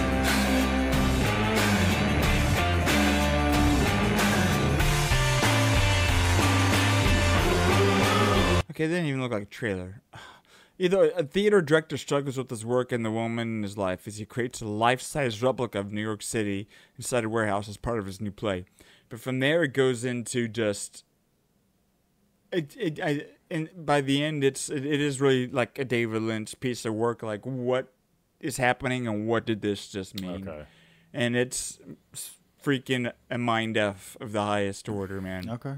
And Philip Seymour Hoffman's the main character. Okay. So I don't need to tell you, dude. So Next Stick in New York is an important, unique piece of film. And right after that, what has to be, this is kind of what started the whole Liam Neeson being an action hero as an old man. But what is it? Taken. Retired CIA agent travels across Europe and what does it say? Relies on his old skills to save his estranged daughter, who has been kidnapped while on a trip to Paris. Yeah, so this is it's like, I don't have money, but what I do I have a very particular set of skills that make me very dangerous to people. And he does a convincing job. And yeah, Pierre Morel directed it. The French guy, I believe he worked with Luc Besson. He did District B13. You ever saw that? Paint me like one of your French girls. Yeah, Taken, dude. And I'm pretty sure, because I remember this coming out and watching it. And the original version, I think, was R and released. It wasn't released in the U.S., but then they not adapted, but then they cleaned it up and made PG-13 one for America. It's incredibly good. Tennessee, the Brothers Bloom. I didn't see this. I feel like it was a movie that was plagued by production issues. I know Brian Johnson directed it, which is interesting. I didn't realize that, but. Chronicles of Narnia. It says what you expect. Oh, The Curious Case of Benjamin Button. Fuck. It's a good movie, man. I was like, I think this was David Fincher. Such a good movie. Who directed it. His first foray into such a PG-13. And when I saw this, I walked out like, this is David Fincher's version of a fairy tale. Because it really kind of is. It's like a unique fairy tale. No, it is. Done... I love this movie. With the artful hand of David Fincher, Brad Pitt, Kate Blanchett. It's about a man who ages backwards. He starts aging backwards, and just how that would be, just this man's life. And it's unique in its observation on, I don't even know if it's human condition. Dude, I love the movie. It was great. I absolutely love this movie. And there's a part in this movie that this is totally random, and this is something that nobody else is going to notice or whatever. Not even that it's noticed, but it was something that I was just like, I loved it, and I like paused the movie and watched for a second just to look at the thing. But they had a scene where he was riding this motorcycle I want, which was like a 1927 Indian Scout. That's good. And it was just, I was like, for whatever reason, I don't know, I was just like, the fact that they put that in there and I don't know, it was just crazy. And I love the bike. I love the choice of it because it's almost like people that like guns and seeing cool guns in movies. You're like, oh my god, that bike exactly. And it really did, and it was just cool. Like because it also was a really popular. So you wonder who picked it, or is it because at that time it was popular, or because I know that also too Brad Pitt, he has a Indian Larry Paul Cox bike. Oh, so he's a bike man. So I suppose he might be. So it could have been something he had a hand in, or maybe it was one of his bikes possibly. And he's like, I think this would be a period correct thing to ride. Had a hand in.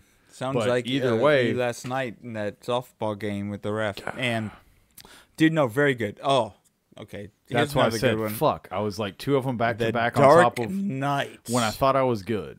The Dark Knight. I mean, what can you? This is the pinnacle of this trilogy. I mean, for me, it's hard. God, it's hard for anything else that it came out in this year just because of like Heath Ledger's performance in this. Yeah, The Dark Knight, man. The sequel to Batman Begins.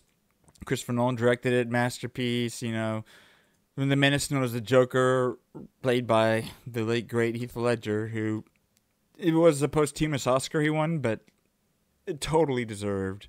No, absolutely. It is. I remember watching the trailer for this before it came out, and then with when I was like, oh man, it's sort of like a part of the bank robbery scene.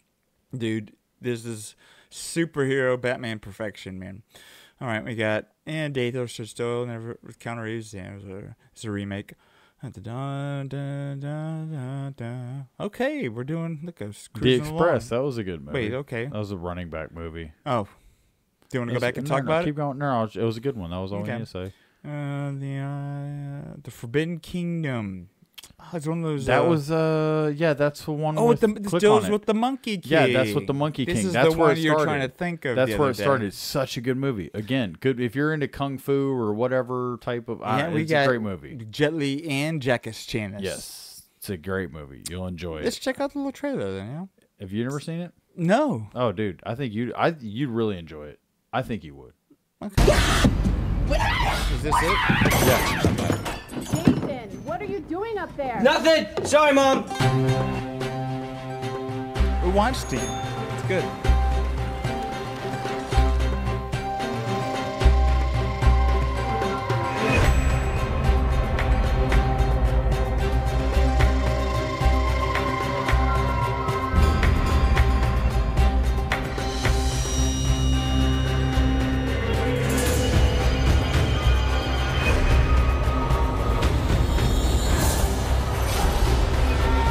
Gets a boner knocks him back. So it's like lying there with the What land do you come from, monk? I'm not a monk. I'm Jason Tripidicus from South Boston. You carry something very special. This? That stick. Yeah.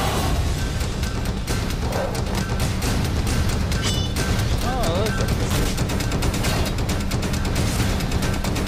this is what Shogun should have done. Dude, as far as like kung fu goes and choreography, it's really good. I'm not even gonna lie. I thought it was. I mean, in Jackie Chan and Jet Li, that should tell you something. It's not gonna have some crap ass like fighting in it. And whenever when Jet Li and Jackie Chan meet and they fight, it's like, oh shit, dude. It's like a coming together. It's a badass it's like they pretty much do it like two kung fu masters meeting, and then the whole like their little battle together, they become friends. But it's awesome. Hell, you have to check that out, man. The Happening. So it's yeah, we're on the cusp or the precipice of being graced with the presence of another M. Night Shyamalan movie. Yeah. Has he dropped it yet? Yeah, I remember we were talking about it last time. I don't think they have. Yet again, for me, this was another great, kind of interesting premise, the journey, but then the ending was a big pooper for me. I don't have to disagree. I don't necessarily disagree, but I did think at least it was like, hey, it was... what do you Mark Wahlberg, Zoe Deschanel, adventurous or whatever. Yeah, it was intriguing and compelling. Yes, and you want to know what's going on, and just that movie poster that just had the guy laying down on the ground in front of his lawnmower, which is like, okay, you got me. That's good marketing. But yeah, just another. What's the twist? What's the thing gonna be? And spoiler alert. I'm not gonna spoil it. There you go. Moving on. The House Bunny. You know, I didn't see this, but I like Anna Faris. It was a good Emma movie. Stone's in that. It was a good movie. This is before she's doing weird movies that are good. It was good. Poor Things was good, but I feel people just don't really talk about the fact that it's really a lot of it about her working in a brothel and doing a lot of weird stuff. The Hurt Locker. Good movie. I think that if this didn't I think it was by a chick that directed it. Yeah, no, Catherine Bigelow, who she actually did freaking Point Break, the original, and she was married to James Cameron for a while. Really? Yeah. Yeah, like, I think they ended before this, but Jeremy Renner, this kind of, I think, put him on the map for a lot of people. I saw Anthony Mackie, Guy Pearce. I did not realize, the Edward Norton Incredible Hulk came out this year. Yeah. But, that did. But Hurt Locker, I think she won Best Director Academy Award. She did. I think she did, I too. was, overall, I wasn't that moved. This was a lot, the critics loved this way more than I did. It was a good movie, but it was. And Jeremy Renner, I have nothing against him, but the fact that this did so well kind of gave me a little chip on my shoulder against him. SWAT? That was one of the first things I saw Jeremy Renner. Oh, he was in SWAT? Yeah, with Colin Farrell and Samuel L. Jackson. Oh no, okay, it looked bad, so I didn't see it. He played. Was it bad? He played. It's I wouldn't. What do you expect it to be? And I wouldn't say it was bad. It's pretty. It's interesting. So the Incredible Hulk, not the Ang There's Lee a bunch of one. movies I'd watched before it. Yeah. So this is Incredible Hulk, and people, and this is Bruce Banner. Whenever it was the one time played by Edward Norton, but this technically falls within the MCU because one of the has an end scene credit where the General meets with Tony Stark and like briefly talks about him.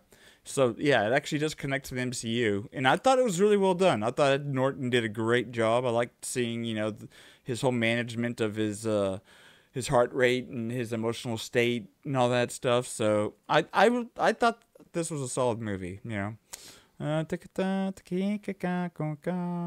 along. Love Guru. Oh my gosh. Yeah, that was a good one. Mike Myers in another absurd role. Pitka, an American raised outside his country by gurus, returns. So it's like him being in some Indian culture, being some love guru, but an American. It's just over the top Austin Powers style insanity. But there's one scene in this movie that I'll always remember, where he's like greeting people and like with some like not like Assalamu alaikum or something, but he's saying Mushka Hargitay, which is that actress name from Lando SVU, and then it shows her and he just Mushka Hargitay, and it's just like one of those little moments. That's and awesome. That for that reason I think it's okay. The lucky ones. Midnight Meat Train. Yeah, no, it was The Mummy. I did not realize. This is The Mummy 2. Oh, my bad. I was like, this wait, was what the second or third. Keep going. Brandon Fraser one. We don't need to keep talking about it. Man, dude, check pleasure of being Russians. Yeah, The Rock, Runes, Secret Life of Bee, Sister of the Traveling Pants 2. Mikey, I don't have to tell me what that means to you. Oh yeah, that's right, your brother. The Strangers. Good just movie. The one. It's the one I was telling you should check out. I was telling you should look at it, and you were like, "Oh, but this and that." Like, it's a horror movie, and I get scared, dude. Yeah, but I was telling you that to me, it's more or less it's a good horror movie in the sense that it's like a suspense. I think it does really good because it doesn't just blow it open immediately. It has a sense of realism to it. Yes, and it very much so builds the suspense. Mikey? It builds the suspense so much to where it's like, oh man, like Mikey Rex. I'm making a little note Mikey Rex so that I can tell my wife. And this is again, this is based upon real strangers, the Manson murders. Oh, this everyone is loves loosely that. based upon the Manson murders. Everyone loves violence. Village Barber, the whackness. The women. Oh man, this came out this year. Yeah, dude, I have this on DVD. It had a Bruce Springsteen song in it that I really liked. The Wrestler. Yes. Which, man, one of my favorite directors, Darren Aronofsky, who did that movie that I picked last year. Which, do you remember what my pick was? No. I'm like,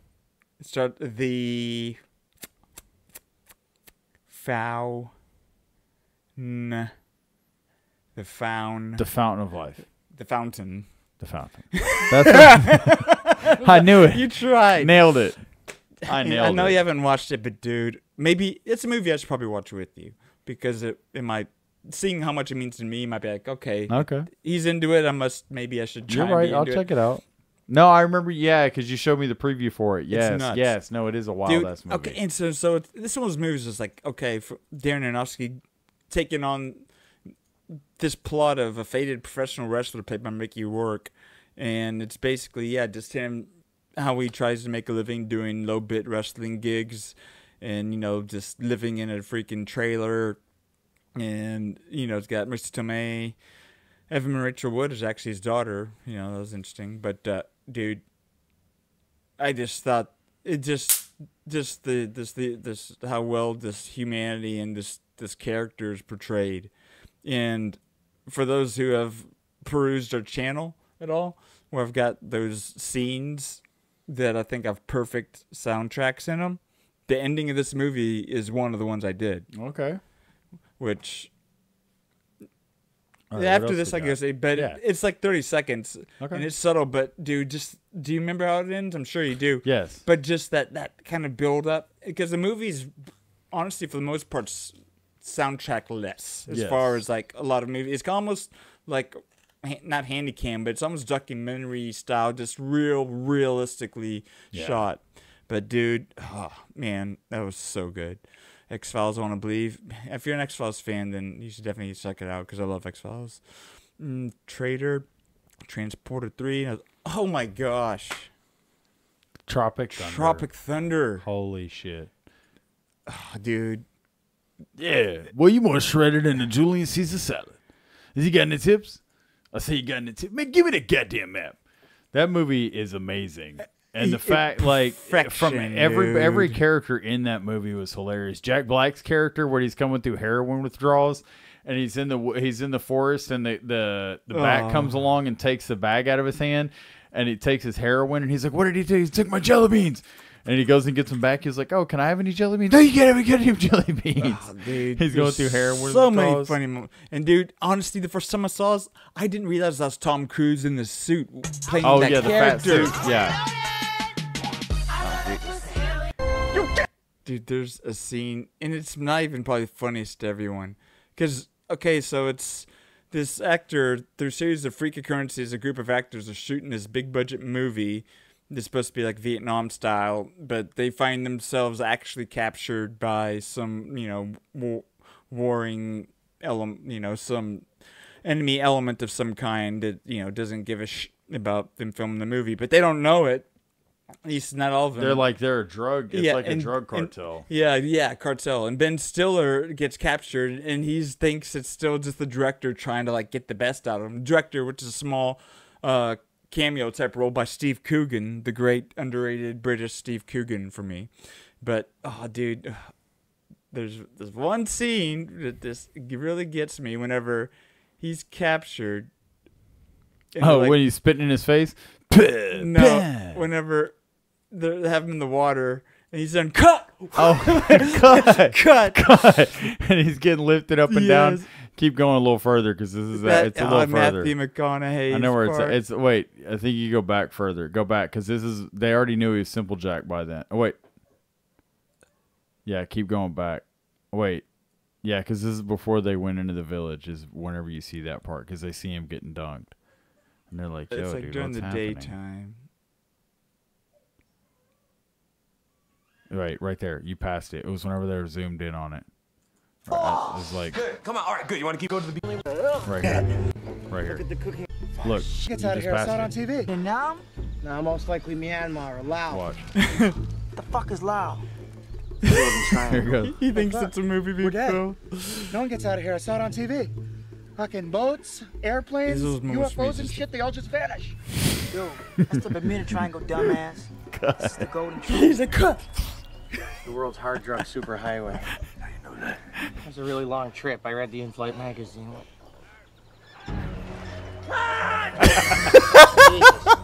What do you see, man? I'm blocked. Damien, cut!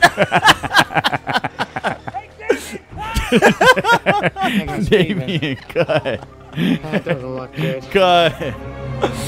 Damien, cut. It's just one of those jokes for me. It's just, I don't know why, but it's just. Oh, God. And dude, there's millions. Dude.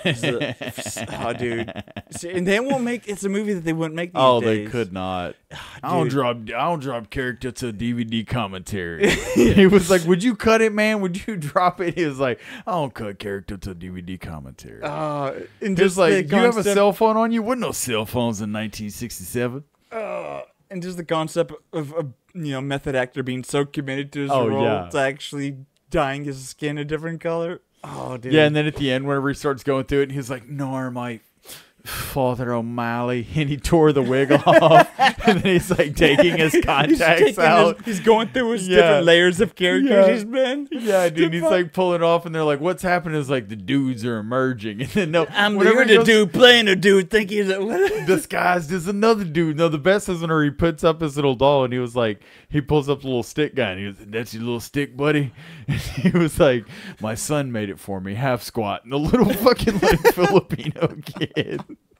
Simple Jack. Oh, dude. Don't hurt the first Twilight came out this year. It's important, but keep man, going. Just that you know, my wife she's big a Twilight. bit younger than me, so she's an age. She had birthday themed parties around this movie. Twilight, okay. So a couple Christmases ago, I took upon myself, I'm gonna watch all these just because I'm like, she loved them. I want to see them. All I can say is, if you go in and literally think of it as a comedy, it's pretty effing hilarious. Like, there are I almost spit my drink There out. are some scenes and faces that she makes just randomly that you're like, why did y'all do that? It is, dude, it's hilarious, man. Watch the movie like a comedy. It'll be great. Valkyrie, I didn't see it, but go up for a second. Oh, okay, never mind. Well, watch them in a Vantage Point. That sounds familiar, but W. That was a great movie. Another again. Man, do you want to talk about who this is starring in his presence? The one and only Sir Josh Brolin. Barefoot the Brolin. Biggest man in Hollywood. Barefoot Brolin, baby. Yeah, I didn't see it just because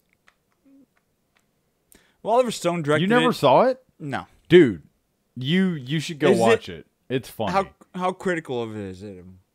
It's basically completely critical of him, isn't it? It's pretty critical, but also too. But like, see, every president it's not deserves like criticisms. But yeah, but it's not. Again, it's a comedy drama, so it's fairly critical. But it's also, I don't know. I like. I need to see it for the performance. I feel like Oliver Stone by this point in his career had far surpassed his greatness. And I thought it was. I enjoyed the movie. I guess I thought it was a decent movie just because it did kind of touch on some of the stuff you might not have known about, or not necessarily known about, but a way you didn't see it. Yeah, I mean, the industrial war complex is real, and yes, you know. But either way, I thought you should check it out. I'll try. Ooh, WALL-E, dude, this was great. It was a good one. Is the reminds me of Art's Disney animated film? Yeah, and the robot reminds you of Johnny Five is Alive, Short Circuit. I don't know if you ever saw that. Oh, you never saw Short Circuit? You're too young. Wait, I just remember the dude, Short Circuit. That theater the theater show, theater something 3000 Mystery Theater or whatever. The robot. Dude, Short Circuit was great, dude. It was this. Oh yeah, no, I did. Yeah, dude, no, I know. WALL-E was like. I know. Totally based on this, like, design. I know what you're talking about. Yes. Johnny Five is alive. I know. Dude, Short Circuit was good, man. Yes. That's greatness. Wanted. Yeah, I saw this is based on a graphic novel. Oh yeah, Bullet Curtain. Stylized, yeah. James McAvoy, but at the end of the day, it was cool just in the aspect of like all the editing or green screen stuff. The guns were cool. Yeah, it was cool in that. But I mean, you have to. It's not based in fucking reality. It's a comic book movie. Really. Yeah, it's exactly. Based on a graphic novel. Yeah, and so when you keep that in mind, it's actually kind of cool. Yeah, it's entertaining. Yeah. War Inc. I think it was all right. I don't know. We're getting close to the end. What happens in Vegas? No, thank you. What's happened in world? Yes, Man. A Jim Carrey movie I didn't see. It just didn't really. Yeah, I didn't feel compelled to see it. Just didn't. Meet the Zohan. You don't mess with the Zohan or whatever. Yeah, don't mess with him. Didn't see it. It look. I mean, I bet I'll laugh at stuff in it. It was funny. But I bet it is funny. No, it wasn't. Your assumption of it is correct. Okay. It's pretty much like you would laugh here and there, but it's not one year. But I'm like, really? This is what you want? Okay. I mean, it's great to see movies like this actually get made, but I don't necessarily want to see it. Zach and Miri make a porno. That was a funny one. Did you see it? I did. It was kind of. And again, for me. It wasn't. It was Kevin Smith directed it, and it's another reason I think he's overrated because I just didn't think it was that great. It really wasn't amazing, but it again had some funny little parts in it. I feel like he tries to have too much heart sometimes. Yeah, that's weird. No, you're right. Too much heart. You're right. I needed it to be more comedy, less heart. Yeah. But the cover is funny because look at the cover. Like you never really. It's like their heads are at the bottom, like she's. And they're doing oral events to each other. Yeah. I don't need my daughter to see that. Why did you show this to my daughter last night? What the fuck? Oh, that wasn't you. That was me. We're at the end. Is this it? And it's a movie that I've never heard of either. Maybe we should start watching the very last movie. Maybe we should. Zero Bridge. A chance encounter between we're stopping there. Wow. Okay. All right. Do you want to go through the picks? I think I probably got mine. Do you got yours? Yeah, I think so. I mean, again, I've kind of, in my mind, I've evolved this to, I'll have one, if you're only allowed to watch one, I'll say that one. But then other than that, I want to suggest everything I think should still be seen. All right. So don't me say the one that I think must be seen. It's tough. It's a tough one. I know. Just because of the kind of movie I like and how I like really unique, weird stuff sometimes. Synecdoche, New York. I knew you were going to say it. Yep, and Mikey knows that. So if you had to walk away with one, and you'll probably watch it and be like, I don't know what I just watched, and I probably should have watched The Dark Knight. But, that's my number one pick. So what's your number one pick? In the same vein, I'll piggyback that in the sense of, like, not necessarily again. It's like, because that's the thing. This is such a tough year because you had... And some say we're going to still tell them the other ones. Yeah, we'll give them the other ones. But for sure, I would have to say if you had to definitely watch one, because, again, most people have probably already seen The Dark Knight. That's why I'm saying it. Most people, that's a good thing to consider. So I'm saying most people have probably seen The Dark Knight. Maybe so it's this like one then. The reason the movie I would say that people should go check out would have to be Bronson. Okay. Because it's a similar along the same vein of what you're talking about, where you walk away and you're like, what did I just watch? Like, you understand the story and the plot. It's a guy in prison.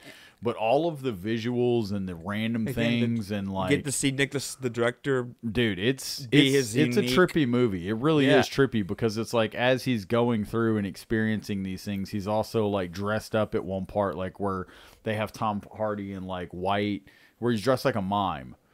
And he's like pretty much telling a story or whatever in these little bits. It's the film that you can tell transcends basic cinema, and it's a form of art. Yes. And it's an amazing, it's such an amazing movie, and it's about a real life character, a real life person. Oh, I'm glad you picked that. I'll throw back to you to go through the other ones that you think you should recommend, and then I'll throw the ones out there I think that have to be watched. Which really is just like 2 movies. I mean, Tropic Thunder, Step Brothers, which is great that they're comedies. Like I said, Tropic Thunder, Step Brothers, The Wrestler. The Wrestler would have been. If one's Synecdoche, it probably would have been The Wrestler for me. And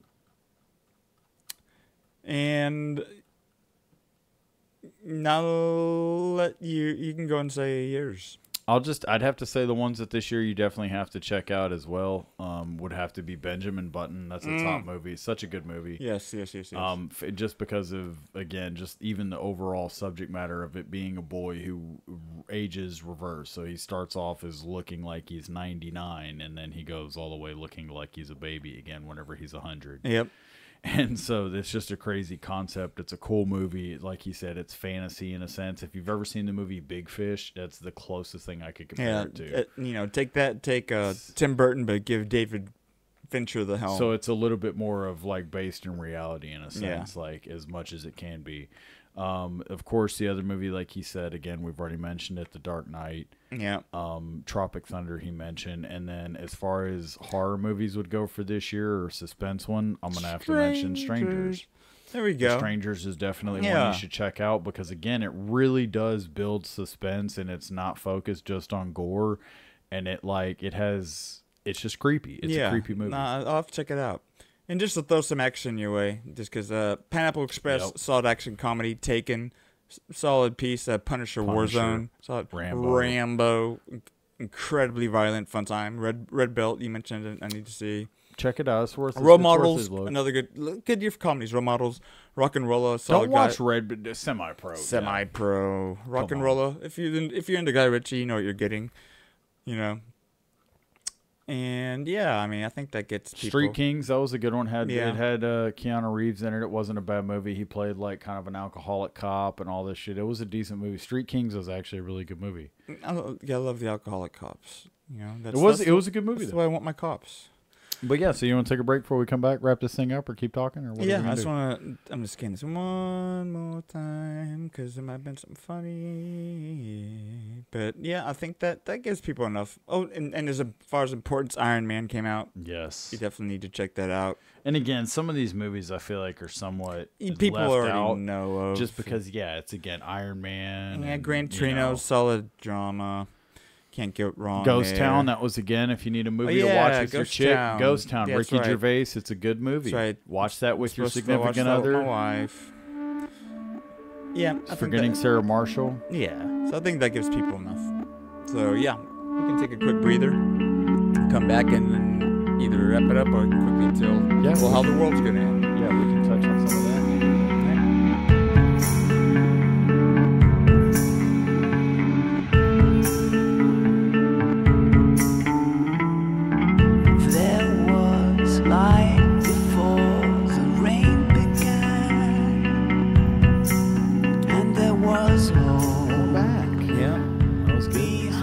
Through the movies, and in the meantime, we get into the movies. The stars won. Yeah, that's a good sign. That's the biggest. That means all these movies we suggested are championship worthy because the stars are gonna continue to win and win the championship. So, yeah.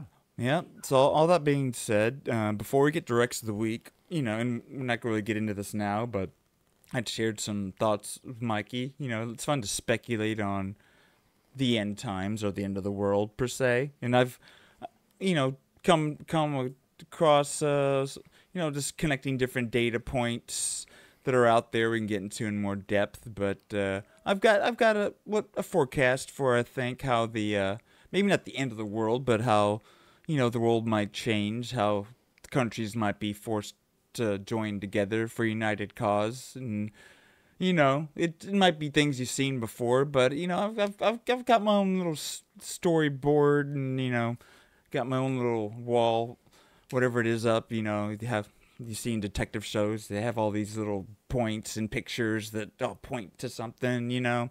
So maybe I should make that. But either way, I'll tell you how the world's gonna end next episode. And I'm excited to tell you guys to should give you guys a bit of a teaser in a sense. He's definitely got some interesting theories. He texted me a bunch and sent me about 62 audio messages. Lambasted him with all these revelatory epiphanies, like for whatever reason. And then I didn't respond for like 3 days, and he got sad, which rightfully so, because he dumped his heart out to me. I'm pretty sure it was overwhelming, so I thought he might be trying to accept reality. Oh yeah, my brain was like going like Zach Galifianakis in The Hangover, where he's acting like Rain Man, all the formulas going past. Again, that was one of those short scenes that made the movie for me. Yes, no, same here. But no, that was like kind of what I was doing in a sense. But no, he really has. In a situation like that with what you said. Also, sometimes that's the thing too. Is that like I knew that I didn't need to really add anything. Like everything you put forth was like really thought provoking. Yeah, and I realized that it was like, dude, I'm more or less tell my wife this. That's cool, and I want to hear you. Not really care, but you'll listen. It's like I more or less want to hear you. Say. Like some of that, it's like, oh, that's actually interesting. I've never even thought about some of that, so I'd like to hear it. Yeah. So it's good stuff. But so let's get us to Rex, buddy. Last week I spent a little time trying to think of one, and this week I didn't. You didn't? Okay, so I'll start off, and maybe with my talking, we'll give you something that you can potentially piggyback. I'd hope you do. Just piggyback if it's easy. I should have never even said the word piggyback. It's not even piggybacking. It's just like it's an alley-oop. And I think I said that before, and I like that. It's an alley-oop. You're taking an alley-oop. I'd like to think I'll be your second There you go. No, but I would say if you have, and this is pertinent, would that be the thing to be like pertinent? Yeah. That's like relevant, okay, prescient, yeah. I thought prescient, so. Perhaps. I would say if you do the, I'm gonna piggyback. Okay, there we go. I was gonna say is put if you have the opportunity to kind of pay it forward in the sense of something that you've Haley Joel Osment, in the sense of like, for instance, I had the opportunity to pay it forward to somebody else who thank you, paid it forward. I had the opportunity to pay it forward to somebody who was coming over. Brent came over to the house today to see Chris and needed to do his brakes because we had the tools. And Chris said, yeah, come on over. So he showed up at the house, and I kind of was able to help him and show him a little bit of what I've learned from other people, that anytime I ever had an issue with my car, or, I had to work on something. You got that from me. Anytime I had an issue on my car, I had to work on something. There was so many people that were around that would end up helping me out and teaching me. So today I had the opportunity to, instead of paying those people back that were able to help me, I'm actually able to then pay it forward to somebody else. Because that was the thing that was always told to me whenever I tried to be like, hey, man, I really appreciate it. Thank you. What can I do?